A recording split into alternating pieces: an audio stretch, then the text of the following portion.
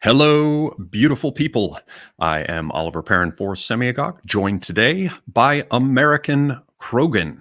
And the subject of our discussion, I think, is a very, very interesting one. I'm very happy to have him as a guest because he is focusing on something that I have not seen other people focusing on. You know, there are all sorts of channels that do a very, very good job of analysis as regards movies. Black Pill, of course, comes to mind. Black Pilled, I should say. And other people will certainly do things with movies. Frody has done this with Guide to Culture. Morgoth is very often looking at television programs, movies, and literature. But there are very few people who have taken a look at video games. And fewer still who make that something of a focus. And I should add, do such a good job of going into it at length and digging into it at some depth. So after I get through the boilerplate stuff here at the beginning, I will allow American Krogan to introduce himself. But this should be a very, very interesting discussion. I've been looking forward to it.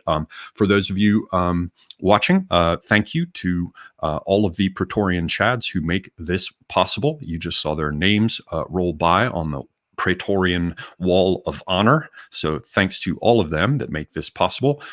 Please check out my books. There is a sci-fi book and there is a collection of poetry. Every little bit helps in terms of keeping my head above the water in our interesting economic times. I imagine many of you out there are experiencing the ups and downs of that yourselves. Otherwise, please do follow the channel, Semiagog, as well as a safer space. You can do that on Minds, though I think it's probably been months now since I've checked that, but you can follow on Minds. You can follow on Gab, where I'm fairly active. You can follow me on Twitter, where I'm very active, and on Telegram as well, which I'm increasingly using. That seems to be the go-to platform of choice for at least less censorship. And then in terms of being able to follow the video content, there's BitChute, God help you. And then there is Odyssey. And Odyssey is a great platform that really seems to be developing. It is sort of the hope for the future. We'll have to see how well that goes, but they are certainly improving. I know that, for example, you can't find American Krogan, if I'm not mistaken, on YouTube. However, he is quite active and posts his excellent content over on Odyssey. So please do follow me, follow American Krogan over there, Odyssey again, and Telegram. And there is a link tree provided for American Krogan's various presences on the web. So check that out. So I guess we can turn now to our topic of discussion. Before we do that, I'm going to hand it off to American Krogan to introduce himself, to say anything further on who he is and what he's about, and anything further that I might have missed in terms of sending folks to where they can find him on the web. Well, hello, and thanks for having me on here. It is a privilege. I guess, first of all, I should explain that I started making YouTube videos in a mediocre sense about video games back in 2016, somewhere around then. And I wasn't really a race realist or anything like that back then. And I wasn't really into conducting in-depth analyses of video games the way I became later on. It wasn't until about 2018 when Battlefield 5 came out and I saw that something went off in my head and I was just like, something's not right here. And the reason why that happened was because Battlefield 5 was about World War II. It specifically addressed the heavy water bombing in Norway, the heavy water treatment facility that was bombed by the Norwegians and the Allies in World War II. And I was familiar enough with the Operation Gunnerside that I knew that what DICE, the developer, was saying about the events was completely fabricated and completely fictitious. They literally replaced all of the Norwegian commandos with women.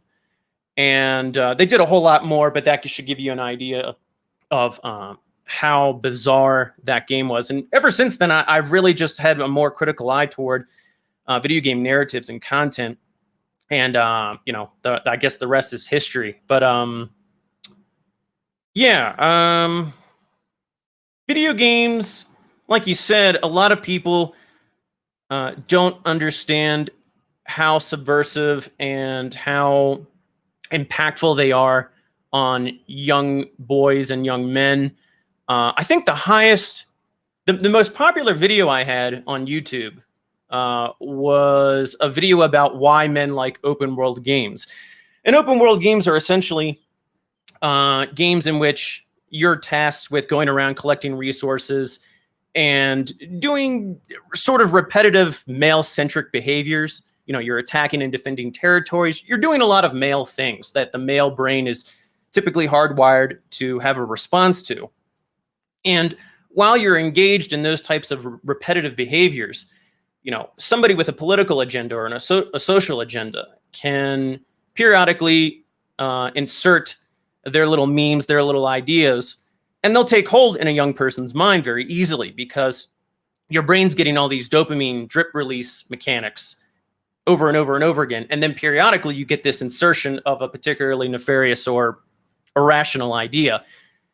I think a game we'll talk about today a little bit is Far Cry 6. And that game is sort of like the cutting edge in terms of, feminist social justice activism in a way, because it literally replaces over 50% of the enemy combatants with females. Literally over 50% of the enemy combatants are females. And that's insane, but yet we can see how we have gradually gotten to the point where most male gamers will just basically accept that because, we've arrived here piecemeal. And so you can see how video games really push the envelope in a lot of ways that films haven't.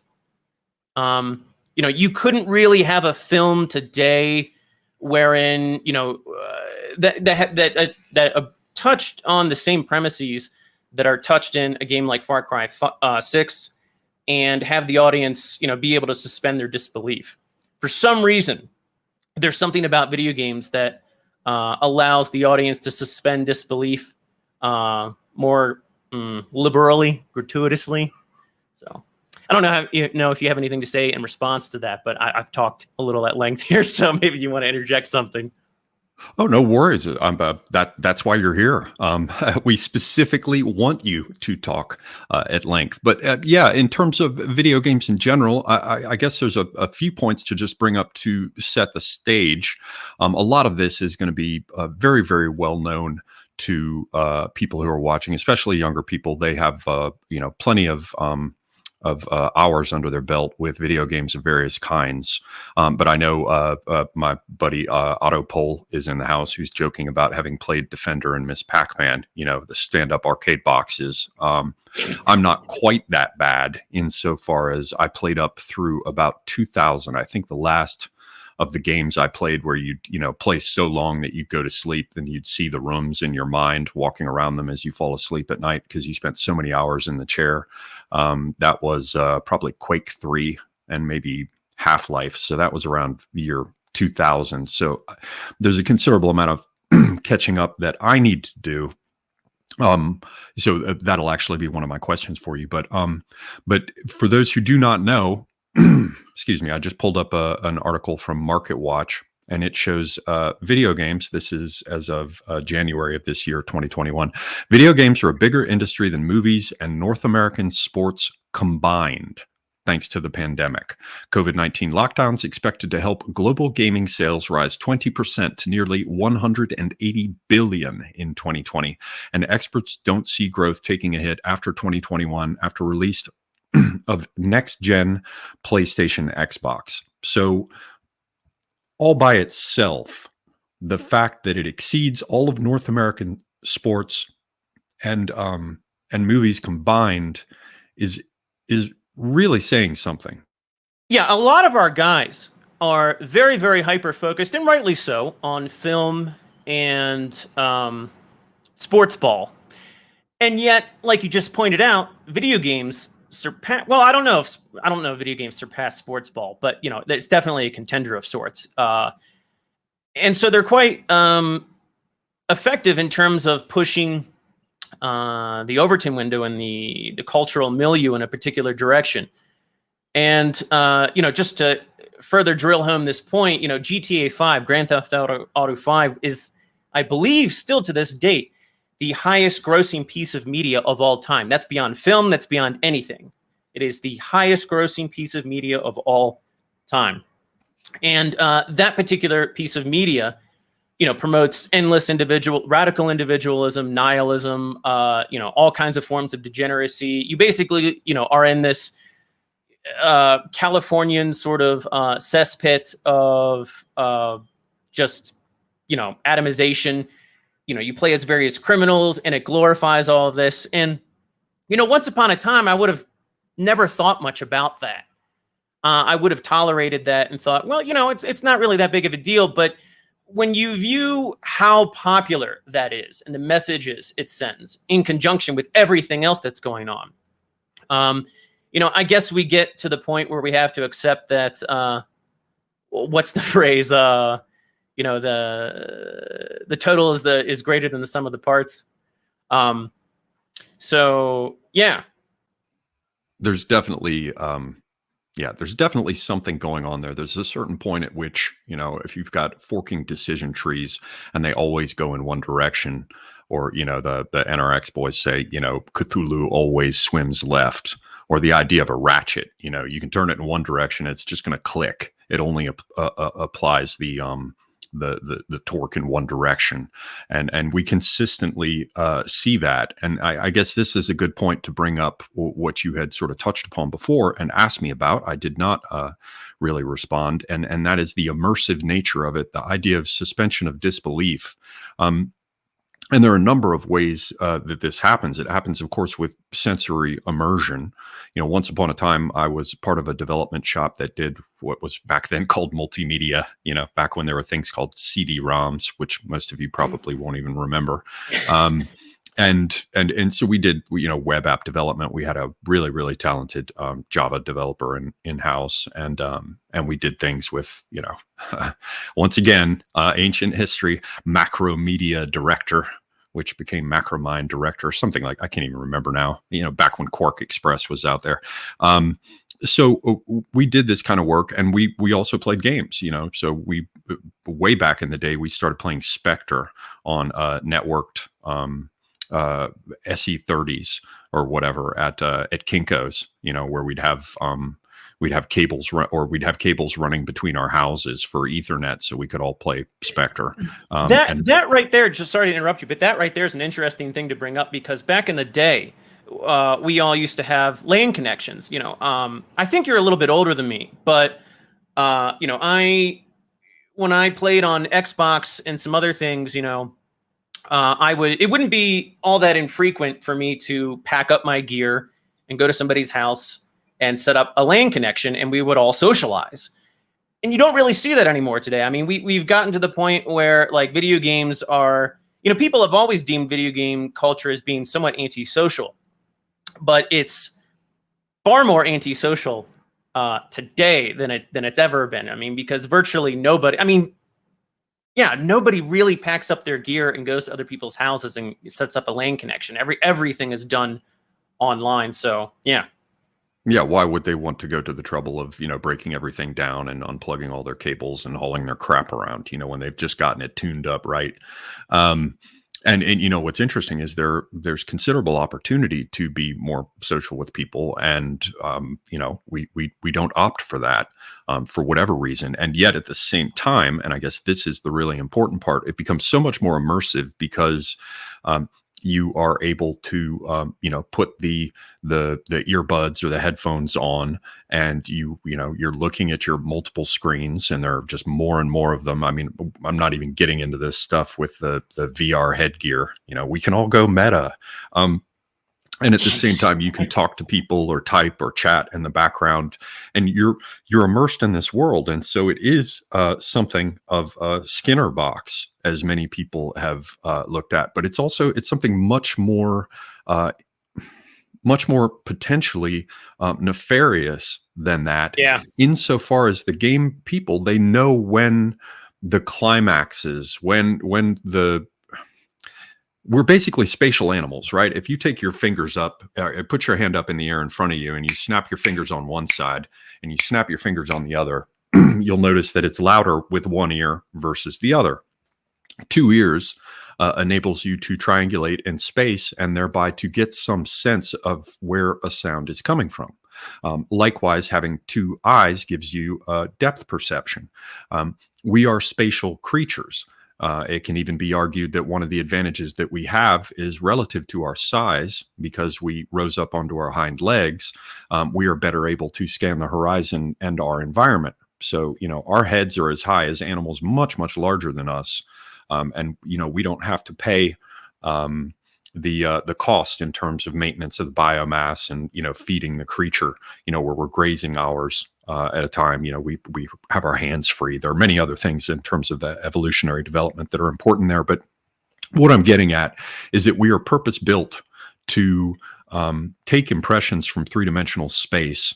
And so we're tuned to be receptive to this. And when you've got the stereo stuff going in the ears and you've got the visual aspect in space, it's enough of an analog to trigger hormonal responses. Just the last piece I wanted to get out there is that these people, and this is what I meant by nefarious, they're in a position where they can time the exposure of messaging to the maximum sort of psychological dilation relative to immersion in the experience and stress responses, or as you said, the dopamine drip.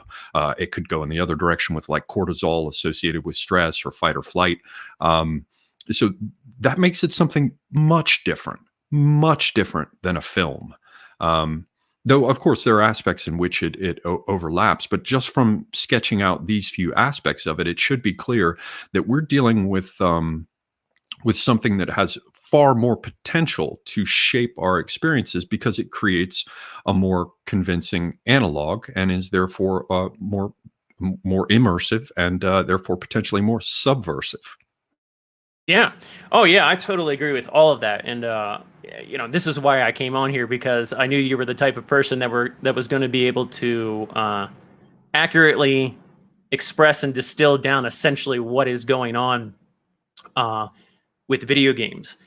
And I guess maybe do you think now would be a good time to just maybe share some clips just to kind of give the audience an idea of what we're talking about? I think that'd be a great idea. There's only one thing that I think would be good to get. There's one other subject I want to talk about, which has to do with the military and drones, but we don't have to get to that for a while now. But I do want to ask at the outset, like I mentioned, my buddy Otto Pohl is in the house, and I haven't done things since the days of Quake 3. Could you just maybe? I mean, you were certainly playing in the days of Quake 3, right? Yeah, I wasn't really ever, and like I had a Nintendo as a kid, and I had some consoles off and on, but I was never really an avid gamer. I don't even think I got on my own personal. I had a family PC as a kid, but I don't think I ever got my own PC until Skyrim came out in like 2011. So it's been that was much, much later than where I cut off. Well, then here's my. I was familiar with Quake and Doom and all of that. Like I played the original Doom on PC, but I don't think I ever played the original Quake on PC. So I'm kind of a mixed bag. Like I went through like this whole period where, I didn't do any gaming or anything like that. I was very active in real life, and then like around the time Skyrim came out, I gradually became more immersed in gaming, you could say, and then so different timeline. Well, but still, you're probably certainly you're in a better position to tell everybody than I am. Just assuming that we're going to have some certain proportion of boomers and Gen Xers and the rest who are not as familiar with this. Is there any way you can sort of tell us, if at all, how these games might have changed since the days that I've been playing? Is it just simply a matter of like they've got better graphics engines, they can render in real time faster, higher quality, bigger maps, or have there been, rather than incremental quantitative changes in quality, is there anything that we need to know about, or I need to know about since the days when I'm playing, that would set the games apart? So if I sat down to look at somebody playing video games today, what's changed, just so I can get a sense of how the landscape of it has changed before you start introducing the material? Yeah. Well, I would say that, up until maybe the early 2000s, video games were mostly developed by, comparatively small studios, yeah, a handful of individuals in a lot of cases, maybe slightly more in some other cases.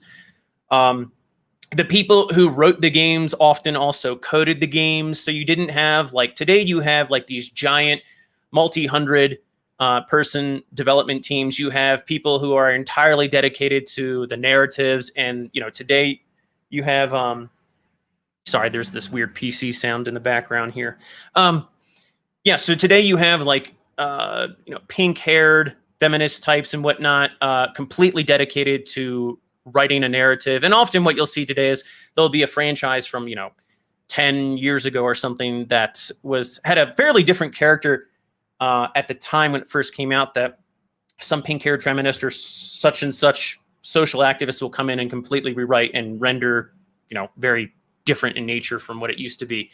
So yeah, the video games have scaled up, and they've scaled up to the point where you can have very, very ideologically driven people able to completely focus on their ideological agendas. Whereas, again, in yesteryear, the guy coding the game was usually some kind of, white middle-class nerd of some sort.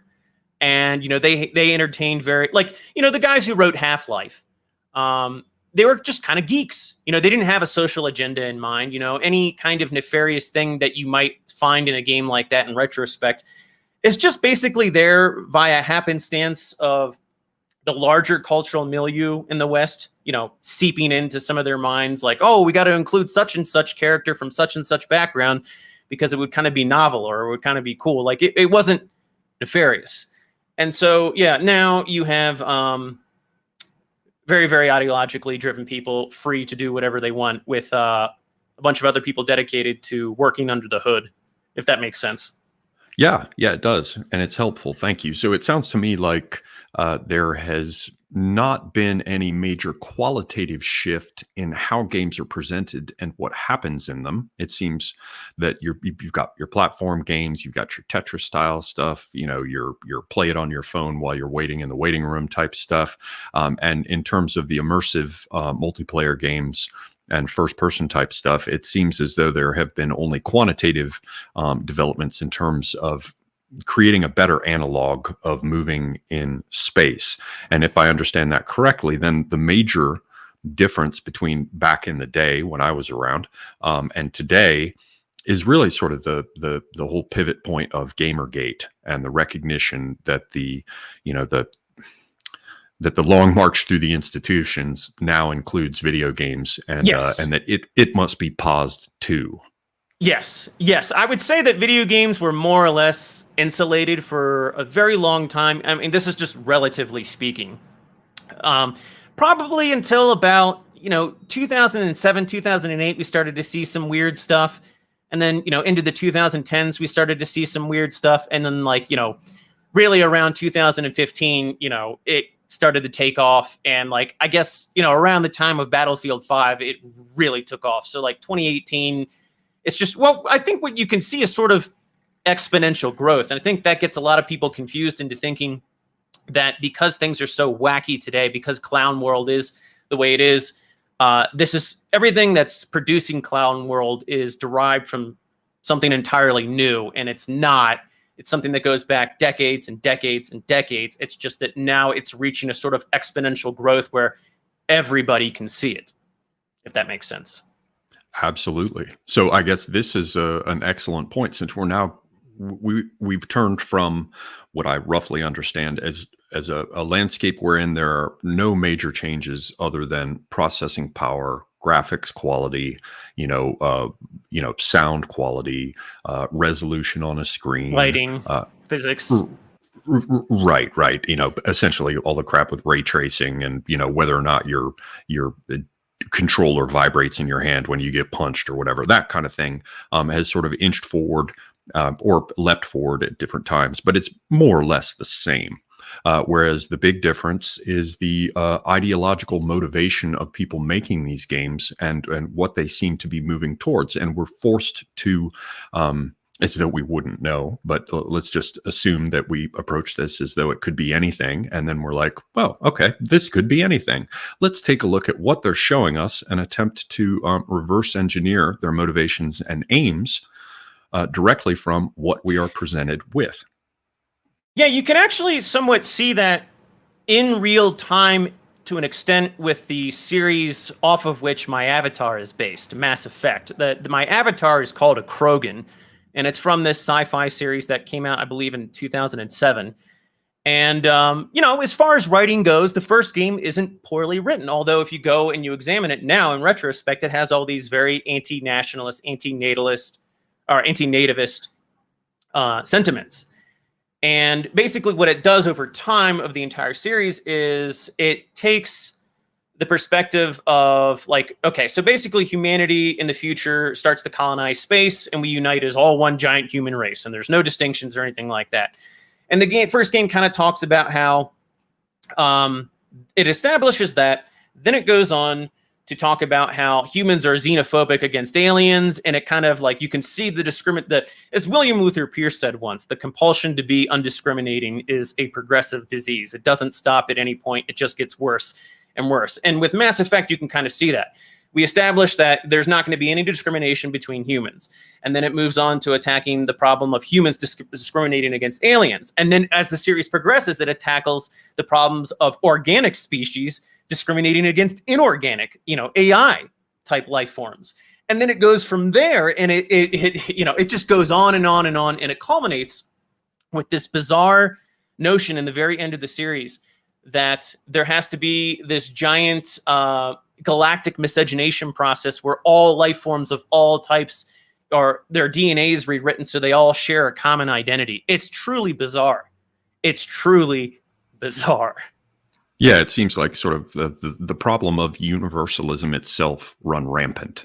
The idea that the proof of the truth of our assertion is our willingness to apply it without ever stopping, armored in the certainty that we are thereby proving that we are universal, that we will not stop applying it ever anywhere. And so that brings you furries and 31 flavors of gender and the rest that is probably best not to get too deeply into.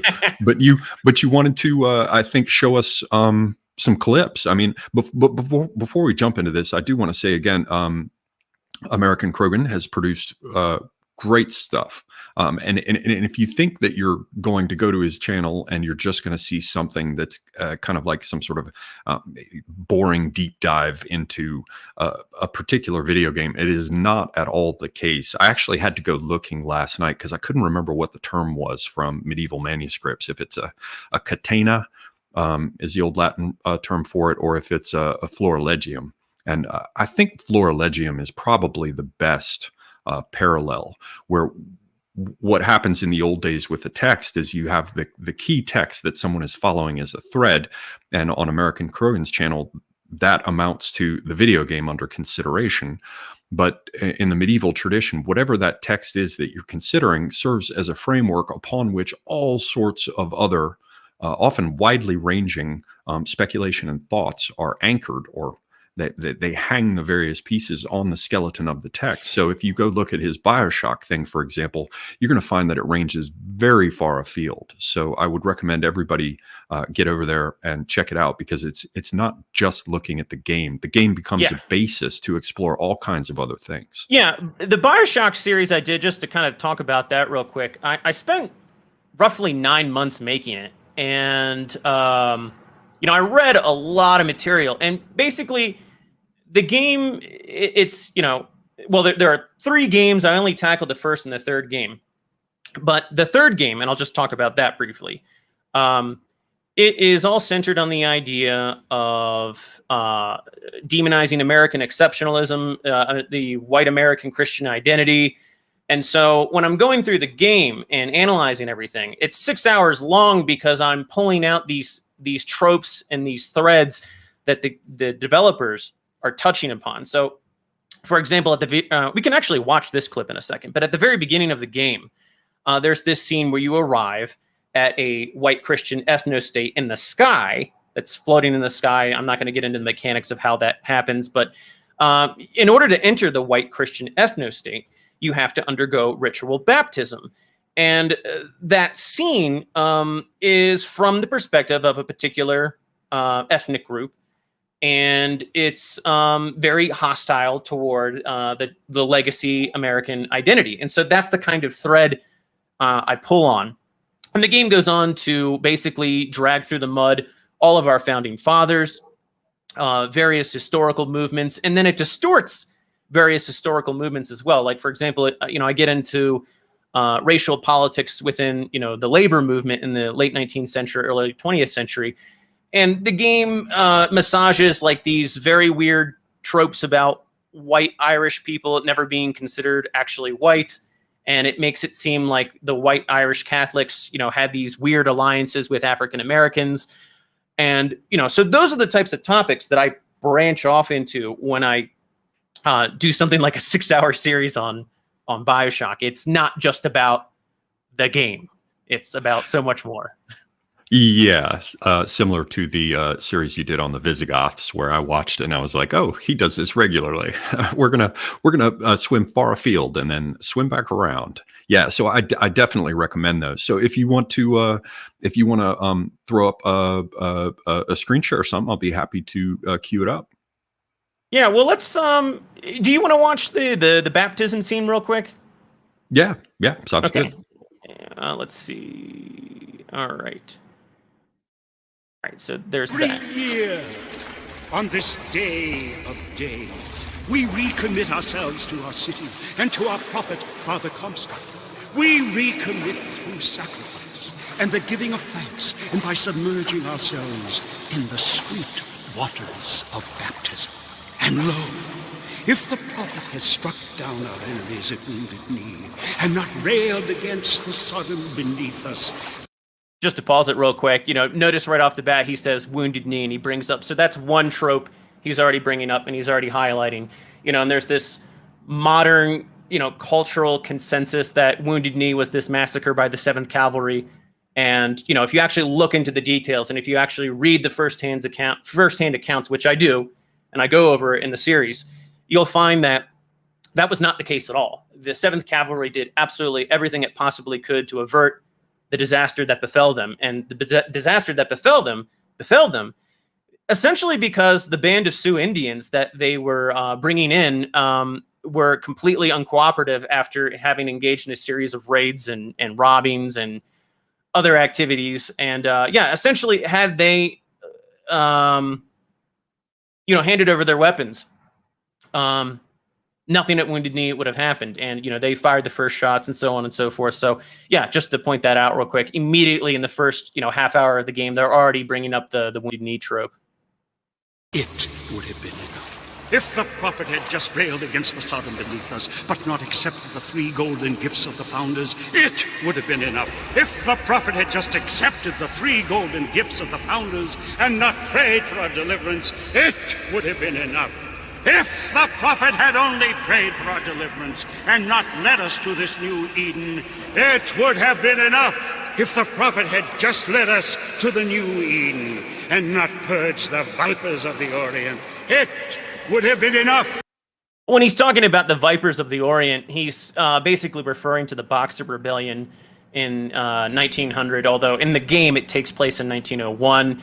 And the game also smears American involvement in that and basically blood libels us and accuses us of having bombed the entire city of Peking and blown it up after, we tried to free some hostages. And it's like, it doesn't really give you any details. It just kind of superficially tells you that. And so the audience, not being very well educated because of how dumbed down our education system has become over the last several decades, they don't know that. And so they will just take this as sort of half fantasy, half truth. Like, obviously most gamers who play a game like this are going to be aware that there isn't actually a white ethno-state floating around in the sky, but the little historical insinuations and implications, they're going to take those as more or less accurate. They're going to take those as being a fairly accurate representation of historical America. which of course they're not, and you turn at, just for anyone, you can see it because American Krogan covers it in the series, but anyone who looks at the history of the siege of the legations, it's not what they're saying. The prophet had just purged the vipers of the Orient, but not suffered the sacrifice of his beloved. It would have been enough. If the prophet had just suffered the sacrifice of his beloved, but not expelled the vox populi, it would have been enough. Is it someone new? Someone from the Sodom below, newly come to Columbia to be washed clean before... Yeah, and there's this continual concept of the Sodom below, and so it's like it's this blood libeling of any kind of white racial awareness or white ethno-state type mentality. It's like, okay, we view everybody else as being Sodom. Everybody else is just repulsive and filthy, and ultimately the game asserts that they need to be destroyed. So that's what white people, the white Christian legacy America, is being blood libeled with here. This idea that it was on this mission to destroy the rest of the world, which is just absolutely appalling. Our prophet, our founders, and our Lord. I just need passage into the city. Passage to the city. Brother, the only way to Columbia is through rebirth in the sweet waters of baptism. Will you be cleansed, brother? Let's either this or turn around and get back on that rocket. So again, the point is stressed over and over again. There's no way to enter the white Christian ethno-state unless you accept baptism. And that's, again, from a very particular ethnic viewpoint. Might as well get it over with. Hallelujah. Cleanse yourselves. Come and be cleansed. Hallelujah! Hey. I baptize you in the name of our prophet, in the name of our founders, and the name of our Lord.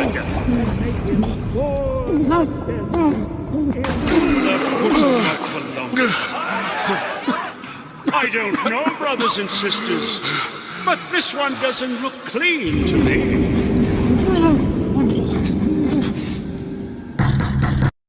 Yeah, that's it. But yeah, you can tell that's from a very historical, hostile perspective. The whole idea that baptism is drowning. You can also note that the priest has these very glassy, inhumane, detached eyes. Then there's the accusation at the end. I don't know, brothers and sisters. This one doesn't look clean. And that ties into the historical notion of forced baptisms and, conversos and moranos, and how, they were always under suspicion, et cetera, et cetera, et cetera. So you can see that the person who made this game had a lot of deep-seated resentment, a lot of ideas and things floating around in their psyche. Yeah, and there's also the business of the constant reference to prophets. And I'm thinking to myself, that's pretty damn Old Testament. When Christ comes along, there is the idea that, in me the laws are fulfilled, and, I am the Son of God. Yeah. There's someone, please show me where historically we see the major idea of Christian prophets who come after Christ. It's just ridiculous. It's funny that you probably know this already because you watched the series, but it's like this game goes on immediately after waking up from this. Because in the game here, you are drowned. You are rendered unconscious by this priest. And you wake up outside of these statues of the three founding fathers of America, Benjamin Franklin, Thomas Jefferson, and George Washington. And the game is based on the idea of a Protestant ethno-state. Yet in the game, this Christian ethno-state views the founding fathers as saints. And so it completely violates the Protestant, disgust for, intercession. And it basically treats this Protestant ethno-state as if it were a Catholic ethno-state. And so you can see that, again, the people who designed the game weren't going for some kind of consistent, accurate portrayal of things. They had a very, very particular idea that they wanted to convey to the player, and a very particular conclusion in the end. And I'll just kind of spoil it here, but the conclusion in the end of this is that, you, the player, are evil and should really go the way of the dodo. You need to die out in order to save everybody else, because no matter what you do as a white male, the outcome will always be evil, whether you intend it to be or not.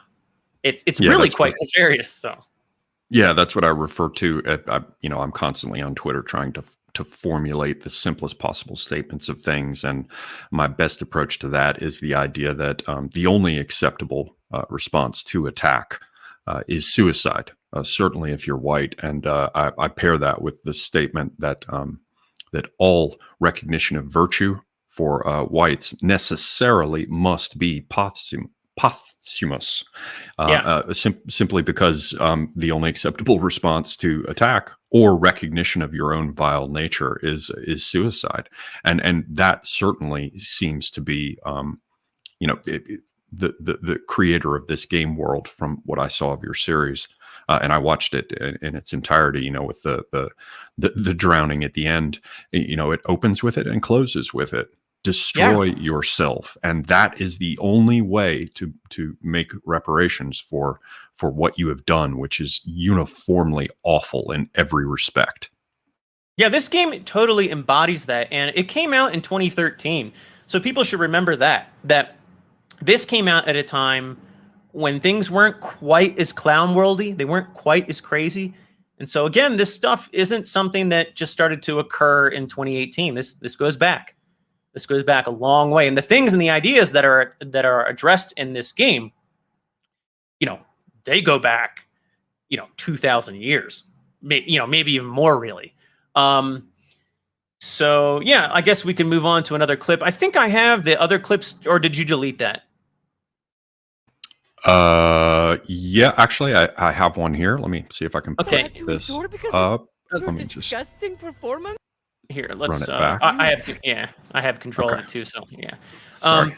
No, it's fine. This is from my secondary PC has this weird fan issue that's going on, and it's driving me nuts. Maybe I'll just turn it off. Well, it's not. Just so you know, it's not bad on my end. So don't allow it to throw you off. All right. So this is a clip from Ubisoft's newest installment in the Far Cry series. It's Far Cry 6. Every game usually takes place, or every game always takes place in a different scenario, but it's usually this idea. It's an open world game. You, as an individual, get thrown into this, larger than life situation. Sometimes it's a revolution. Sometimes it's some kind of survival scenario. Like in the third game, you're captured by pirates and you have to break out. And this game takes place in a fictitious Caribbean island nation called Yara, which is very heavily based off of Cuba. Baseball is a major theme, and that's an outlier in Latin American culture, usually soccer or football. Tobacco is a major cultural staple of Yara. And you are fighting this revolution against this fascista, because they don't pronounce the sh. So you're fighting this revolution against this quote-unquote fascist dictator named Anton Castillo. And he has this Ministry of Culture here, Maria Marquesa, and she is kind of, traditional. She doesn't believe in she doesn't ever explicitly talk about it, the LGBT agenda and all of that, but she uses the wrong pronoun here. And this woman here, this black woman named Talia, she has a transgender boyfriend by the name of Paulo. And Maria Marquesa, the lady here with blonde hair, she refers to her boyfriend Paulo with the wrong pronoun, and she gets a deathly response. So I guess we'll just play that. I guess that's enough background information. You attacked my home. You put your filth on my network. You have any idea the embarrassment I had to endure because of your disgusting performance? I have given everything I am to be here. You think you can take that away from me? My academy was built to save fake Yarans like you and that marimacho you spread your perversions with. Marimacho is like, it's a really bad derogatory way of referring to somebody who's kind of flamboyant. You can, homosexual, sort of. And where is she? Does she not approve of you playing with guns?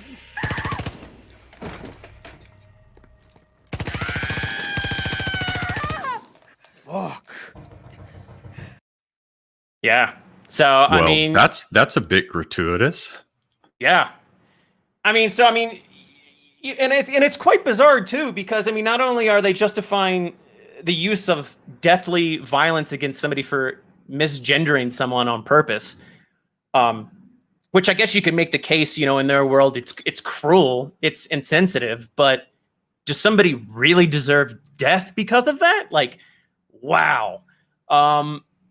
But beyond that, this whole transgender thing in the game is weird because this Maria Marquesa and Anton Castillo and the whole Yaren fascist movement is portrayed as being like very traditionalist, very oppressive. Yet again, more than half of these fascist troops are all women.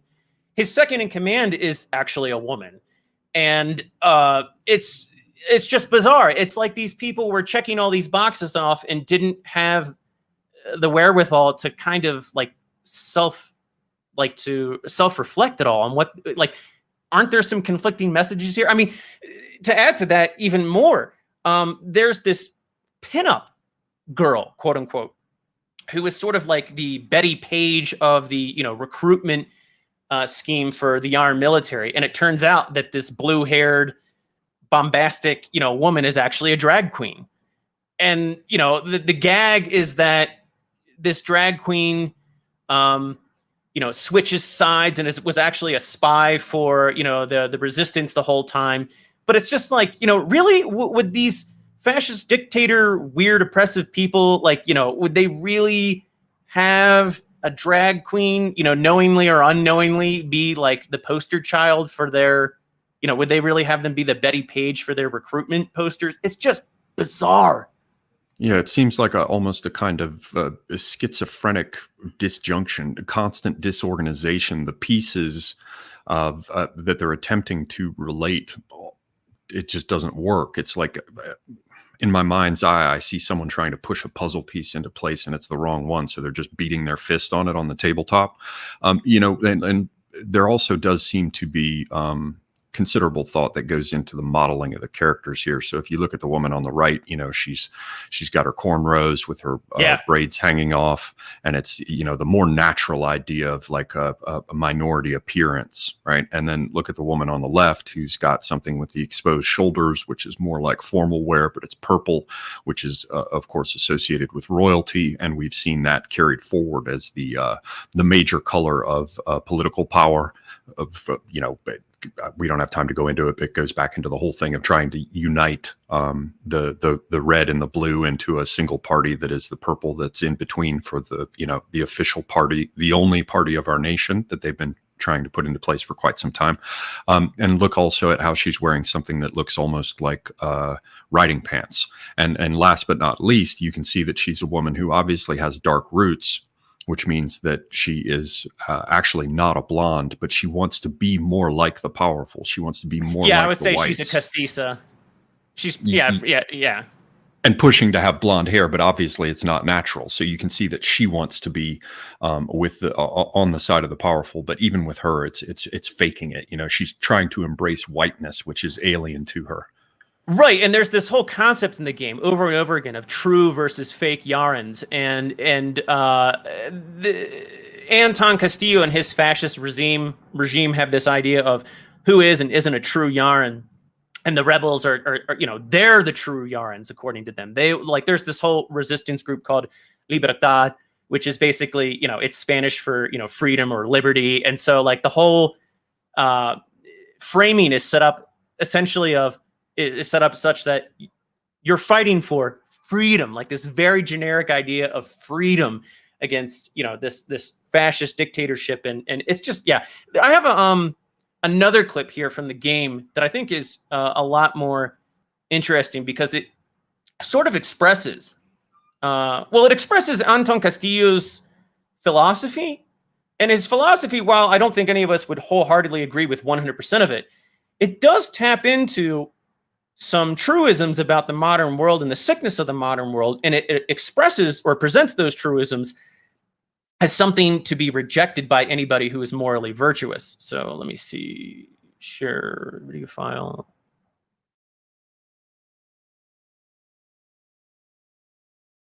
Oh, wait. Hold on a second. While Okay. you're looking for Yeah. that, maybe I can ask a question in the background as you get it queued up.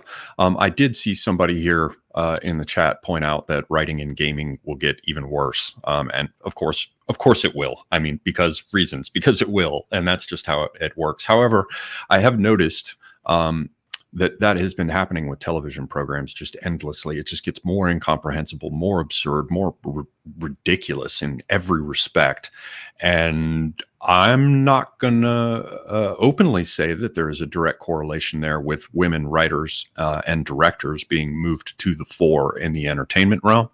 I'll leave that for for people to make the connection on their own. But along those lines, have you seen a major push that is sort of contemporary with the social justice messaging? Have you seen a major push in the video games for females to be involved in the creation, the concepts, and the writing? Oh yeah. Ubisoft it might be at the forefront of that. I've talked to some people who work for Ubisoft, privately, and they send me some stuff periodically.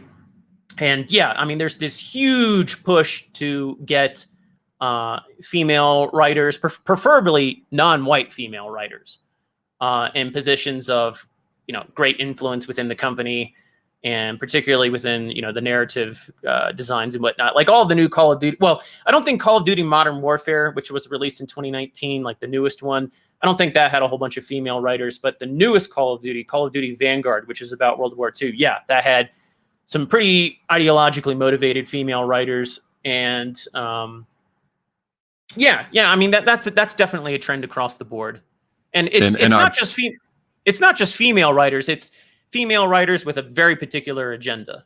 So yeah, and I wanted to add to that, lest any of the women who follow this channel decide they're pissed off at me. I'll certainly recognize there are all kinds of absolutely excellent female writers, but they're generally not writing, for example, action for young men.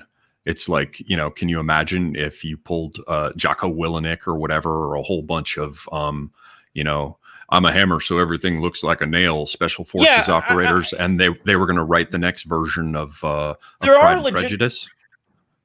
There are legitimately some women within the industry who are very talented and probably belong there. They're not there because somebody handed them a participation trophy, but it's hard. I don't get the impression that's the case with most people.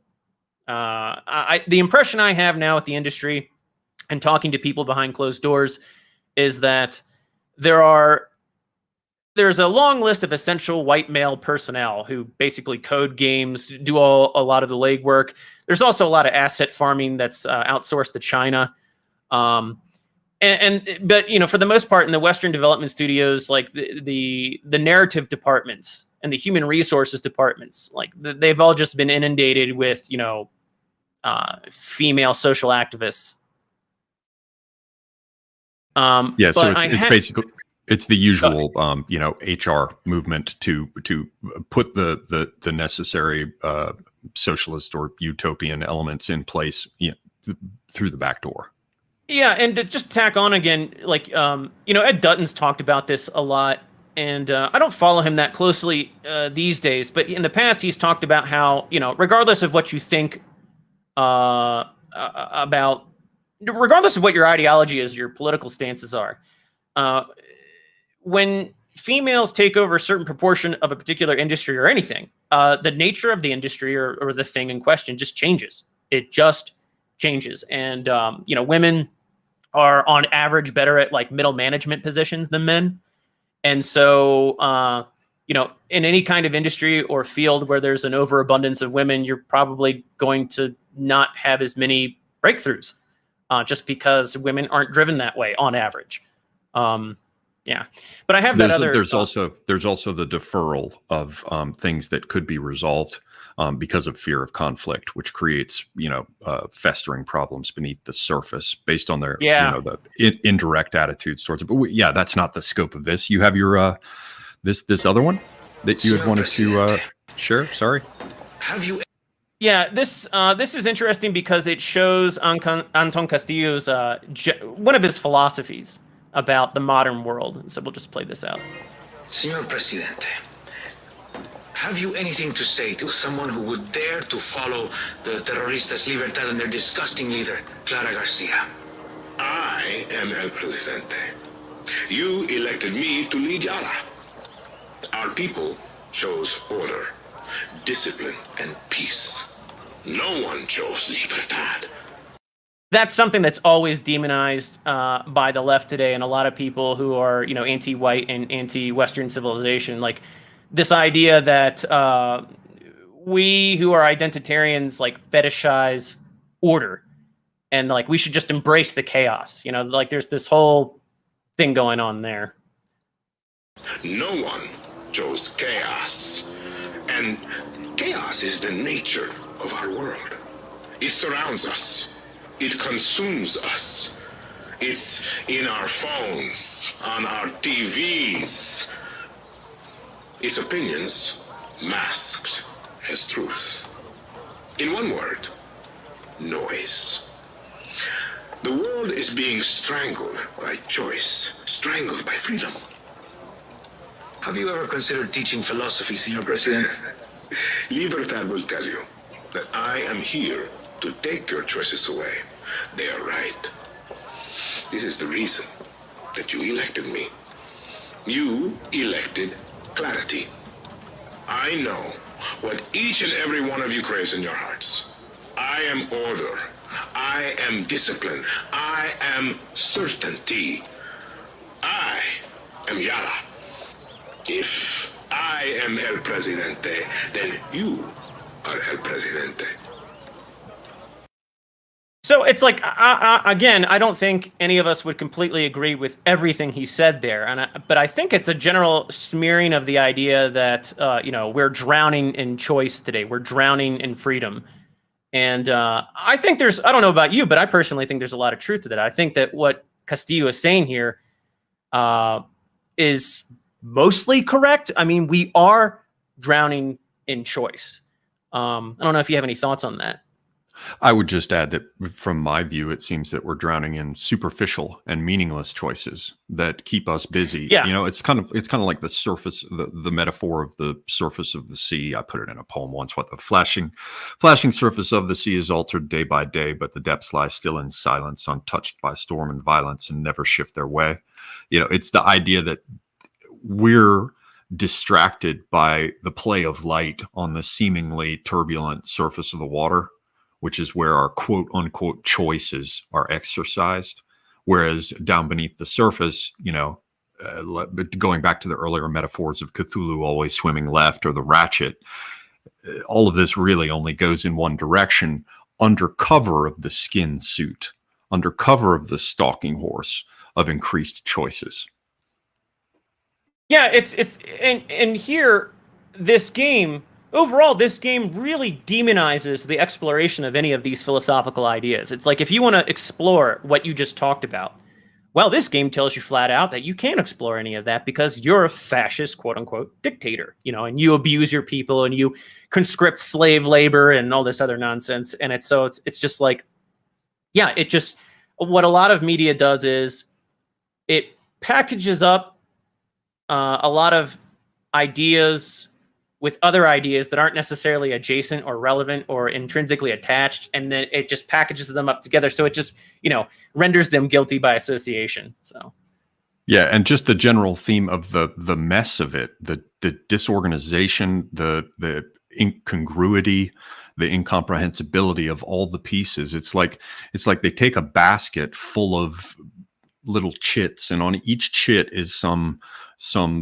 sophomoric, superficial misunderstanding of history embodied as a talking point, and then they put it in like one of those bingo globes, or they shake the basket and they just reach in with their hands and then put them in a sequence, and they're like, here's the story. Yeah, it's a lot of tedious. these games come off as like this weird grab bag of like just quote anti-fascist memes. I mean, again, from since the end of World War II, there's been this huge obsession with fascism and like nobody to. I mean, it's just today that is a meaningless word. It has no meaning.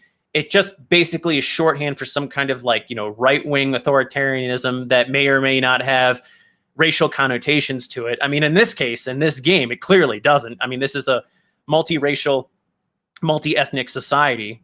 And that's what I find truly bizarre about the demonization of Anton Castillo and his regime is because, in a lot of ways, they're demonizing any kind of, Caribbean sense of nationalism. I mean, at various points in the game, they criticize his second in command because she has these billboard posters that say in Spanish, true Yarans. And so I imagine most gamers don't pick up on it because it's written in Spanish, but it says something along the lines of true Yarans stay in Yara. And so that's demonized. The idea of like, Latinos should stay at home and fix their own countries and be patriotic and whatnot. That's fascist. And it's just like, well, what is wrong with that? Like, what is wrong with a Cuban being, a Cuban nationalist? What is wrong with somebody from the Dominican Republic being a nationalist? Nothing. Like, what's wrong with that kind of patriotism? Like, why shouldn't they want to stay in their country and make it better? Like, that is not an evil thing.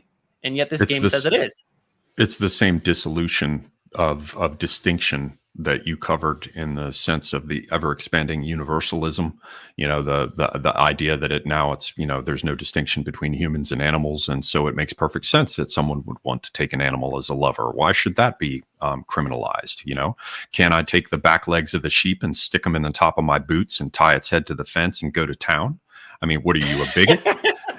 And so the same thing is going on with the idea of the national distinctions, which must be removed because the goal of this universalism entirely cut loose from its leash is to break down all of these distinctions. And so, of course, even propositional nations ultimately must fall to the sort of open borders, one world, one humanity. There's only one race, the human race. This kind of thing. I mean, it's just, I can't imagine there's any other background for it. Yeah, I mean, I think you're right. I mean, ultimately, for the most part, I think globo, well, I can't say that on here, but that particular word, globo, and then followed with, that is, I think, mostly an anti-white concept. It's got a real anti-white impetus. But that said, eventually, down the line somewhere, the goal is what you say. And it's what a lot of other people say. It's like this world without distinctions, like this just melting pot of just where nobody is anything. Everybody is atomized. And I think what's sad is that a lot of non-whites don't see that. They see what they can gain by dunking on whitey. That's really all they can see at the moment. I mean, not all of them. I mean, I have non-white friends and other associates and whatnot that see these things. But for the most part, the people coming into the West ad infinitum, they just see what they can gain in the short term. They don't see how this new world paradigm, again, my computer's making that weird noise. They don't see how eventually this will eradicate their identity. And it's just like, and you can kind of see this with the whole Far Cry 6 paradigm, because, it sort of holds up like the Cuban revolutionaries in the 50s and 60s is like this great thing. And it's just like, well, how many of those guys would be all about like the political agendas that you're talking about today with the LGBT and all of the other adjacent stuff? I mean, I don't think any of those like there's this weird scene toward the end of the game where there's like this weird old woman with a pink jersey and all these weird beads and stuff on top of a tank, and this other young woman next to her with like this bushy hair, and like they look very like they look like two white female liberals who are having this sort of like revolutionary fantasy. But the image looks like, any number of pictures that were taken of Castro and his revolutionaries on top of a tank. And it's just like, compare those two and tell me that they have anything to do with one another, really. And it's just, yeah, it's weird. Yeah. It's incongruous, as we've been talking about. And I think I saw actually that character you're talking about at your direction. Suggestion. I went and just watched some, I think I watched the clip that is the sort of the quote unquote trailer for the game. And I saw that female I think you're talking about. And it really did strike me as sort of a fantasy, the idea that these old fucking commies have lived long enough to play their role in the revolution with the youth, so it's almost like this fantasy that some champagne socialist has, as she's looking at her ever increasing collection of cats, and bemoaning the fact that she had to get the hysterectomy before, whatever. Anyway, I shouldn't go down go down that road, but basically it looked like that was a little treat, to throw in terms of a generational cohort, the sense that they could be participating in all of this. Yeah. Well, Keith Woods was talking to that guy Joel from Australia the other day on a live stream, and they were talking about the idea of, it really seems like at this point these people are just making media for their own consumption. They're not necessarily, like, to some extent, to some extent I would agree with that, because these female ideologically driven writers, they're writing things that they think are cool. They're not sitting there thinking, what's the audience really want to see? Like, they're not thinking that. And, maybe people at the very, very top of this whole scheme are very nefarious with their agendas and what they push. Like, maybe they're responsible for such and such political activists to be hired as the writing team. But a lot of these writers on these teams, I don't think that they're sitting there, rubbing their hands and having malicious thoughts. It's just they have been brainwashed into this sort of mindset, and they just romanticize the particular ideas, and they want to, realize those ideas, and they can't really realize them in real life, so they realize them in the development of a video game. I mean, yeah, they indulge themselves in the fantasy, and who, after all, wants to push at a closed door? Why not push at an open door? There's the aspects that are rewarded, and then there's the aspects that get hammered down, and they do so gently at first. You'll get somebody rolling their eyes, or you'll announce something in a meeting as an idea, and everyone will just politely be quiet, and then someone will pipe up with something as though you never even spoke at all. I've been in creative meetings of this sort, so there are many ways to ensure conformity on the part of the creative team that don't involve like sending out a sheet of paper that says, this is the dispatch 241 from communist headquarters.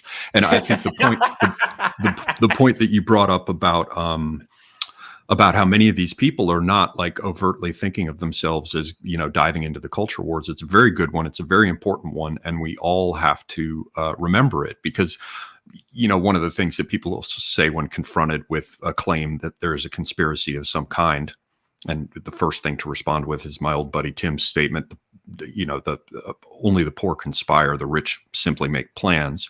But the important thing to bear in mind is they'll come to you and they'll be like, what? So they're controlling all these different people. And it's very much to your point. No, the person who's hiring makes a decision, and it's not about how you seize the person and you indoctrinate them and you give them a script and then they're operating undercover. No. If you want, you're allowed to make the right choice, and if you don't make the right choice, you will be dealt with accordingly.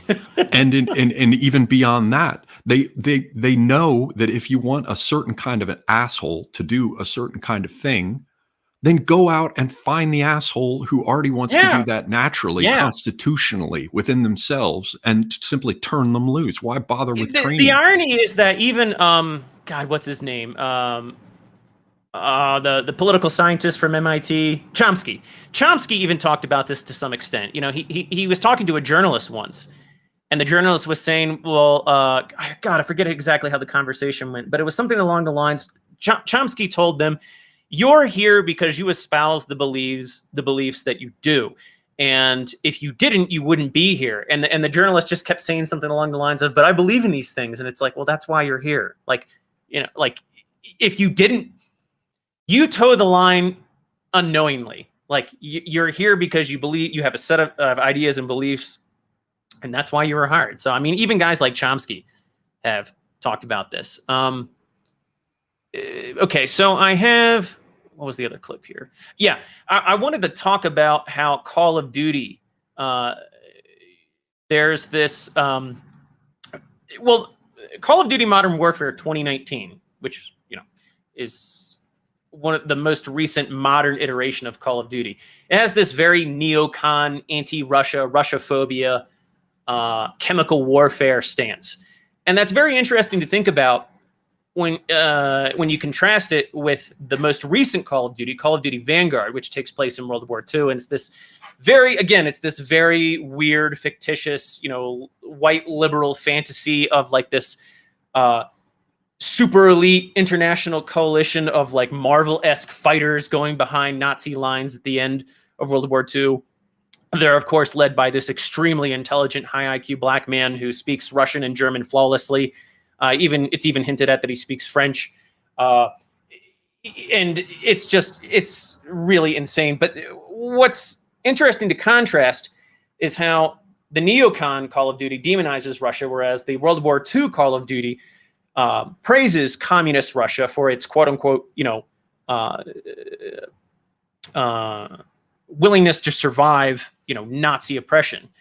And so let's see here. And really quickly before I launch it, tell me if I'm correct. Wasn't Call of Duty a game that was put together with the participation of the U.S. military?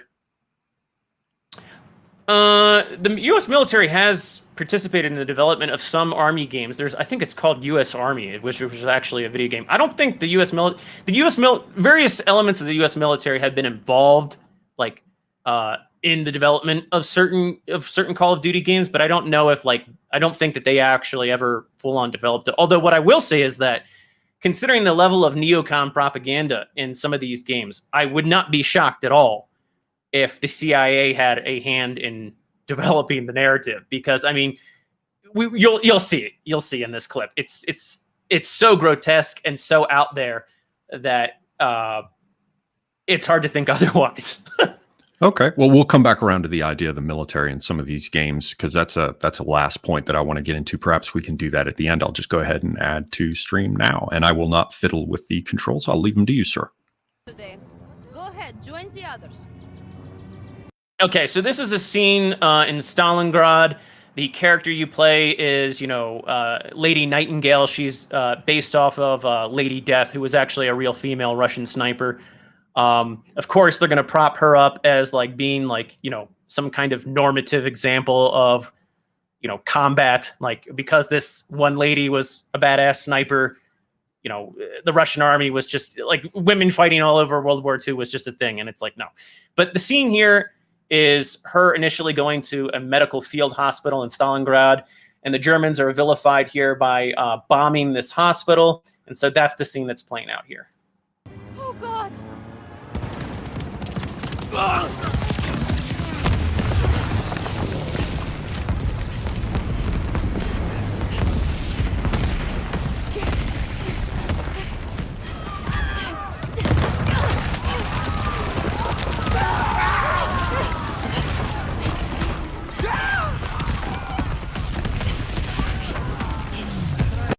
So it's just absolute devastation. You can see the Germans are being portrayed as being completely inhumane. And I have another clip of this, but we'll just watch this whole clip because they're, the beginning of the game starts out with this panoramic view of Hamburg being firebombed. And the game doesn't really vilify that at all. In fact, the black gentleman at the beginning of the game states, "Would you look at that?" in an almost gleeful fashion. And, people don't know this, but it's just thousands upon thousands of German children were turned into basically jelly in that. That was a completely horrific, inhumane event. It probably didn't need to happen. It certainly didn't have super important strategic value. And it was even called Operation Gamora, which is, again, another Old Testament reference to Sodom and Gomorrah. And if you actually look into what... well, I'm not going to get into that. There's some Talmudic stuff I could get into, and I'm going to deviate from that. But you can see here that there's sort of this double standard. It's it's okay to bomb Hamburg and bomb, the Germans and whatnot, but look how bad the Germans are when they bomb Stalingrad. And so, yeah, that's the double standard here.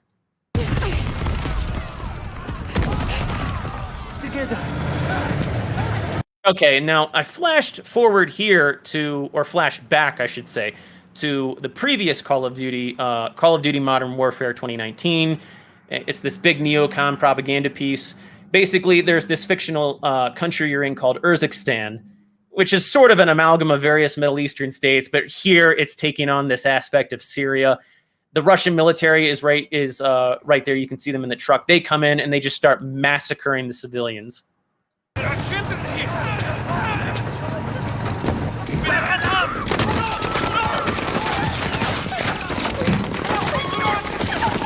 So again, you know, the Call of Duty I just showed previously holds up Russia as being a victim. Russians are these great people. They were virtuous fighting against, you know, the Germans. Now, here in the future, Russians are bad people because they're nationalists and they have their own interests and so on and so forth. So you can see how these games are very, very, very particular with their agendas. If you want to interject something real quick, that's fine. I think you zoomed out. No, nothing to add at this point. Just watching. Okay.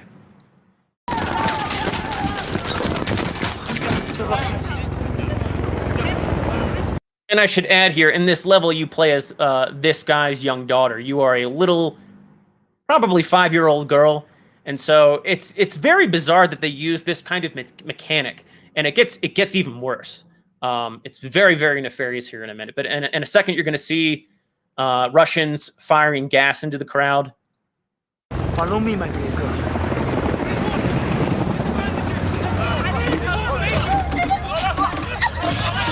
Now, Farah, don't breathe, it's poison! Hurry, Farah, we're home! It's only my children. And of course, this Russian guy here bursts into their house for no reason. And he's in there, I guess it's kind of implied that he's there to kidnap the children and take them and sell them on some kind of black market. It's like, where'd they come up with this? I don't know. But this scene gets particularly bad. Please.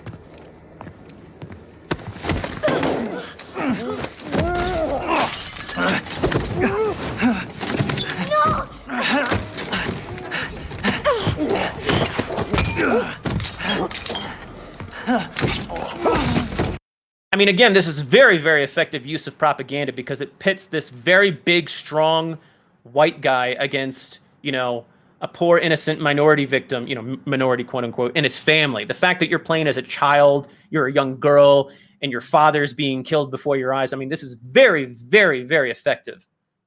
And note how the point of view has remained at child height. Yep. And the point of view is always useful in establishing the feeling of a certain set of relationships, or even of a physical and or emotional vulnerability. Yeah.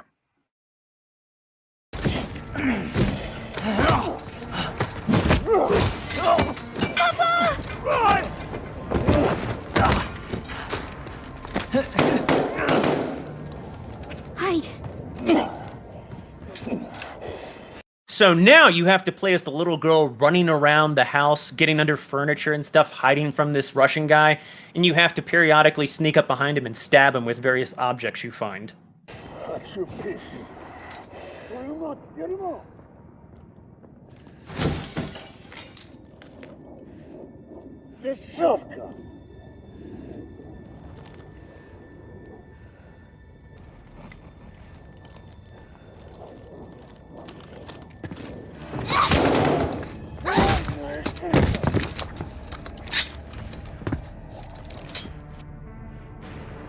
There you are.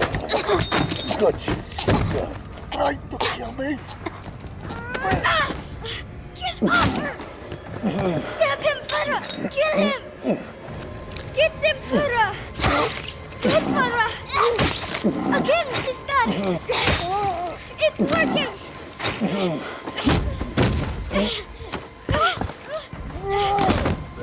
Sister! Just your little nerd!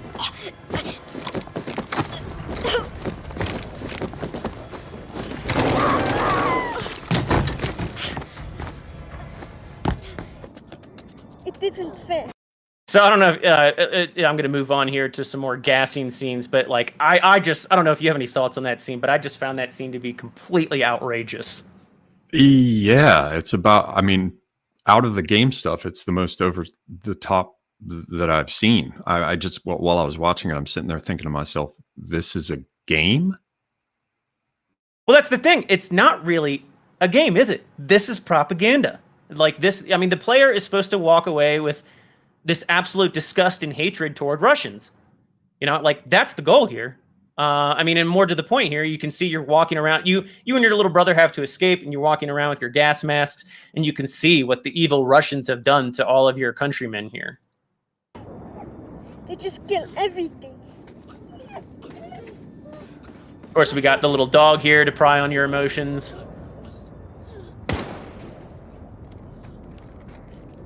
And not only did they gas everybody, but they're walking around shooting people who have survived somehow. You can see the gasping.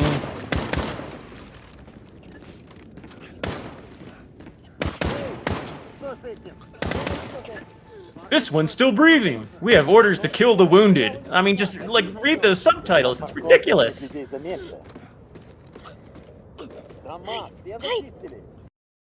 Yeah. So it's pretty biased. It's a cheerful medley. Good God. I mean, that's the kind of stuff we're dealing with. And you know, just to drive home again, you know, this is a that game probably cost well over $100 million to develop, and probably well over $100 million in marketing.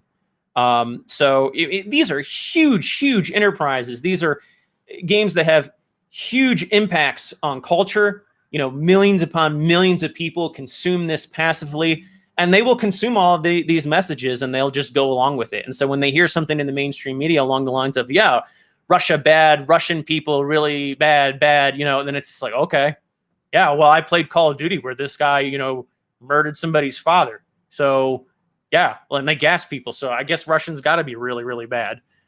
And I've seen it from the inside. They just like to shoot the old babushkas and, you know, murder daddy and the whining, dying dog. I mean, it's a bit much, man. I know that people can cite all the stats they want. They can cite all the books they want.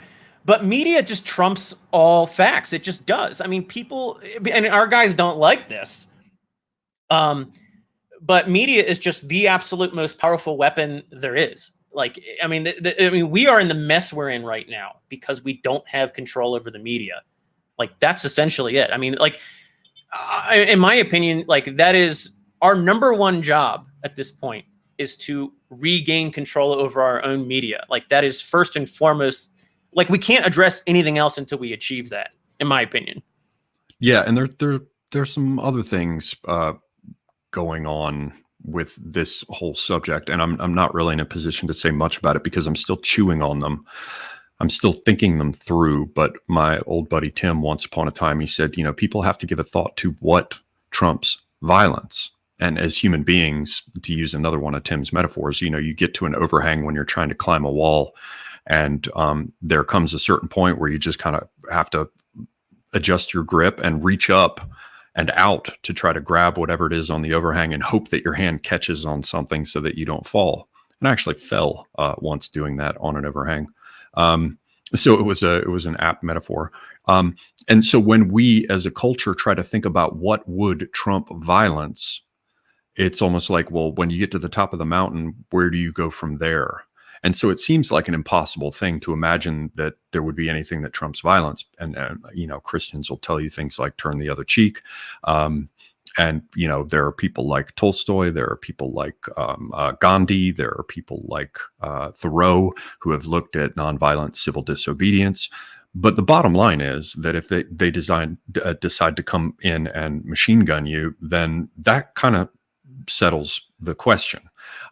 But here I was saying I didn't want to get into all of this, and my thoughts are not clear about it. But the point is that to some extent, the idea of being able to manufacture consent, going back to, you know, Chomsky that you mentioned earlier, and of course the people he draws upon like Bernays and Lippmann and Poison Ivy Lee,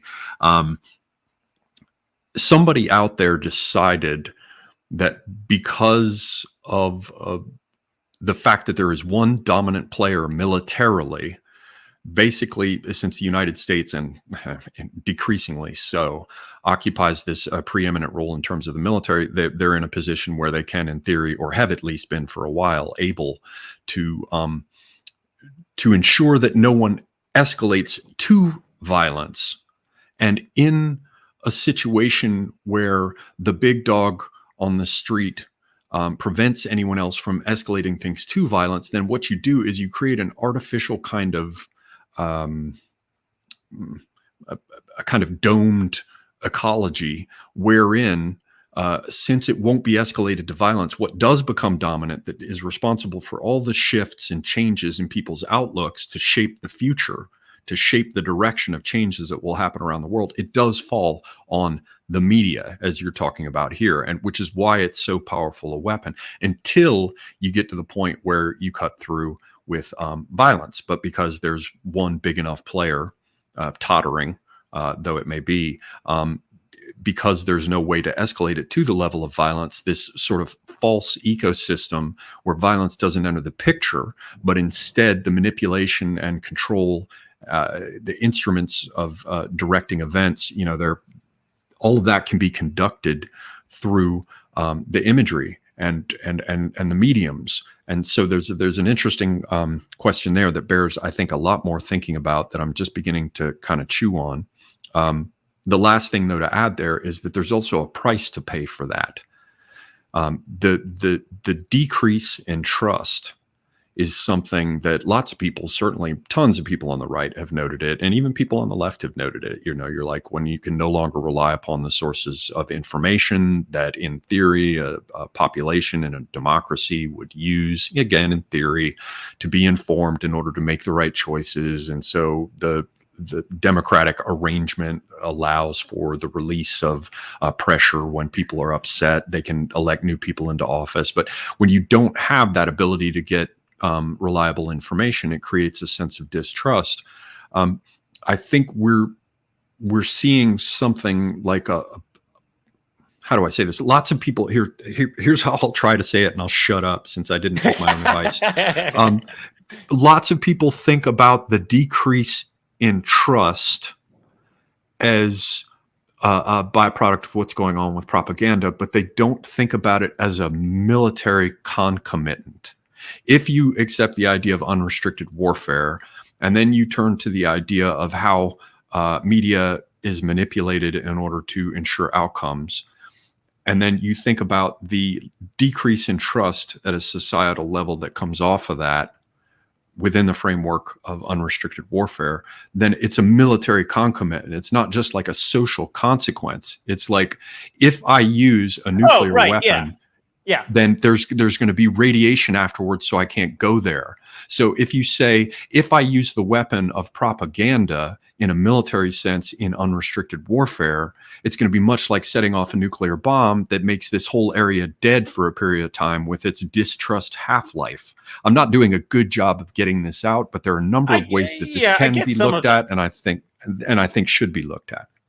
Well, here, I'll play another clip here that kind of illustrate the point of how.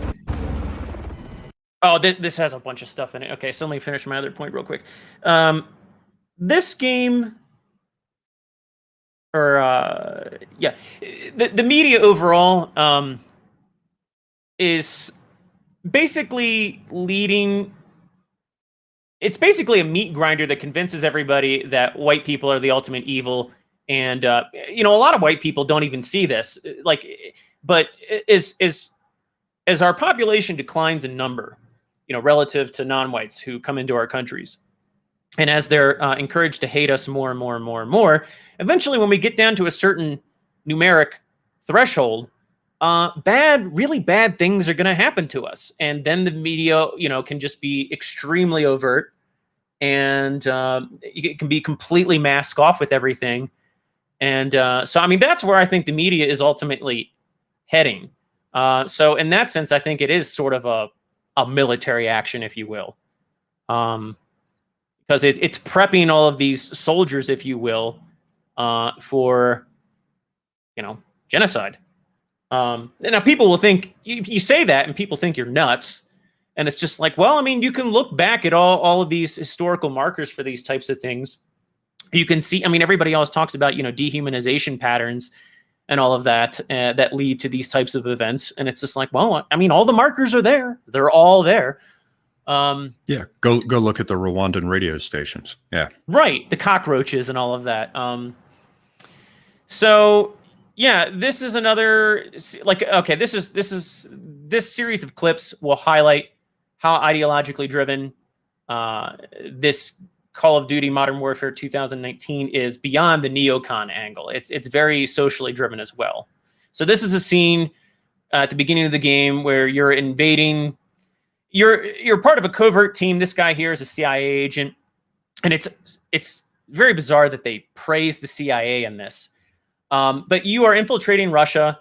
You are storming a facility to get, Russian gas, and that's the basic backdrop here. Echo 3-1 to Charlie 2 actual. Go for actual.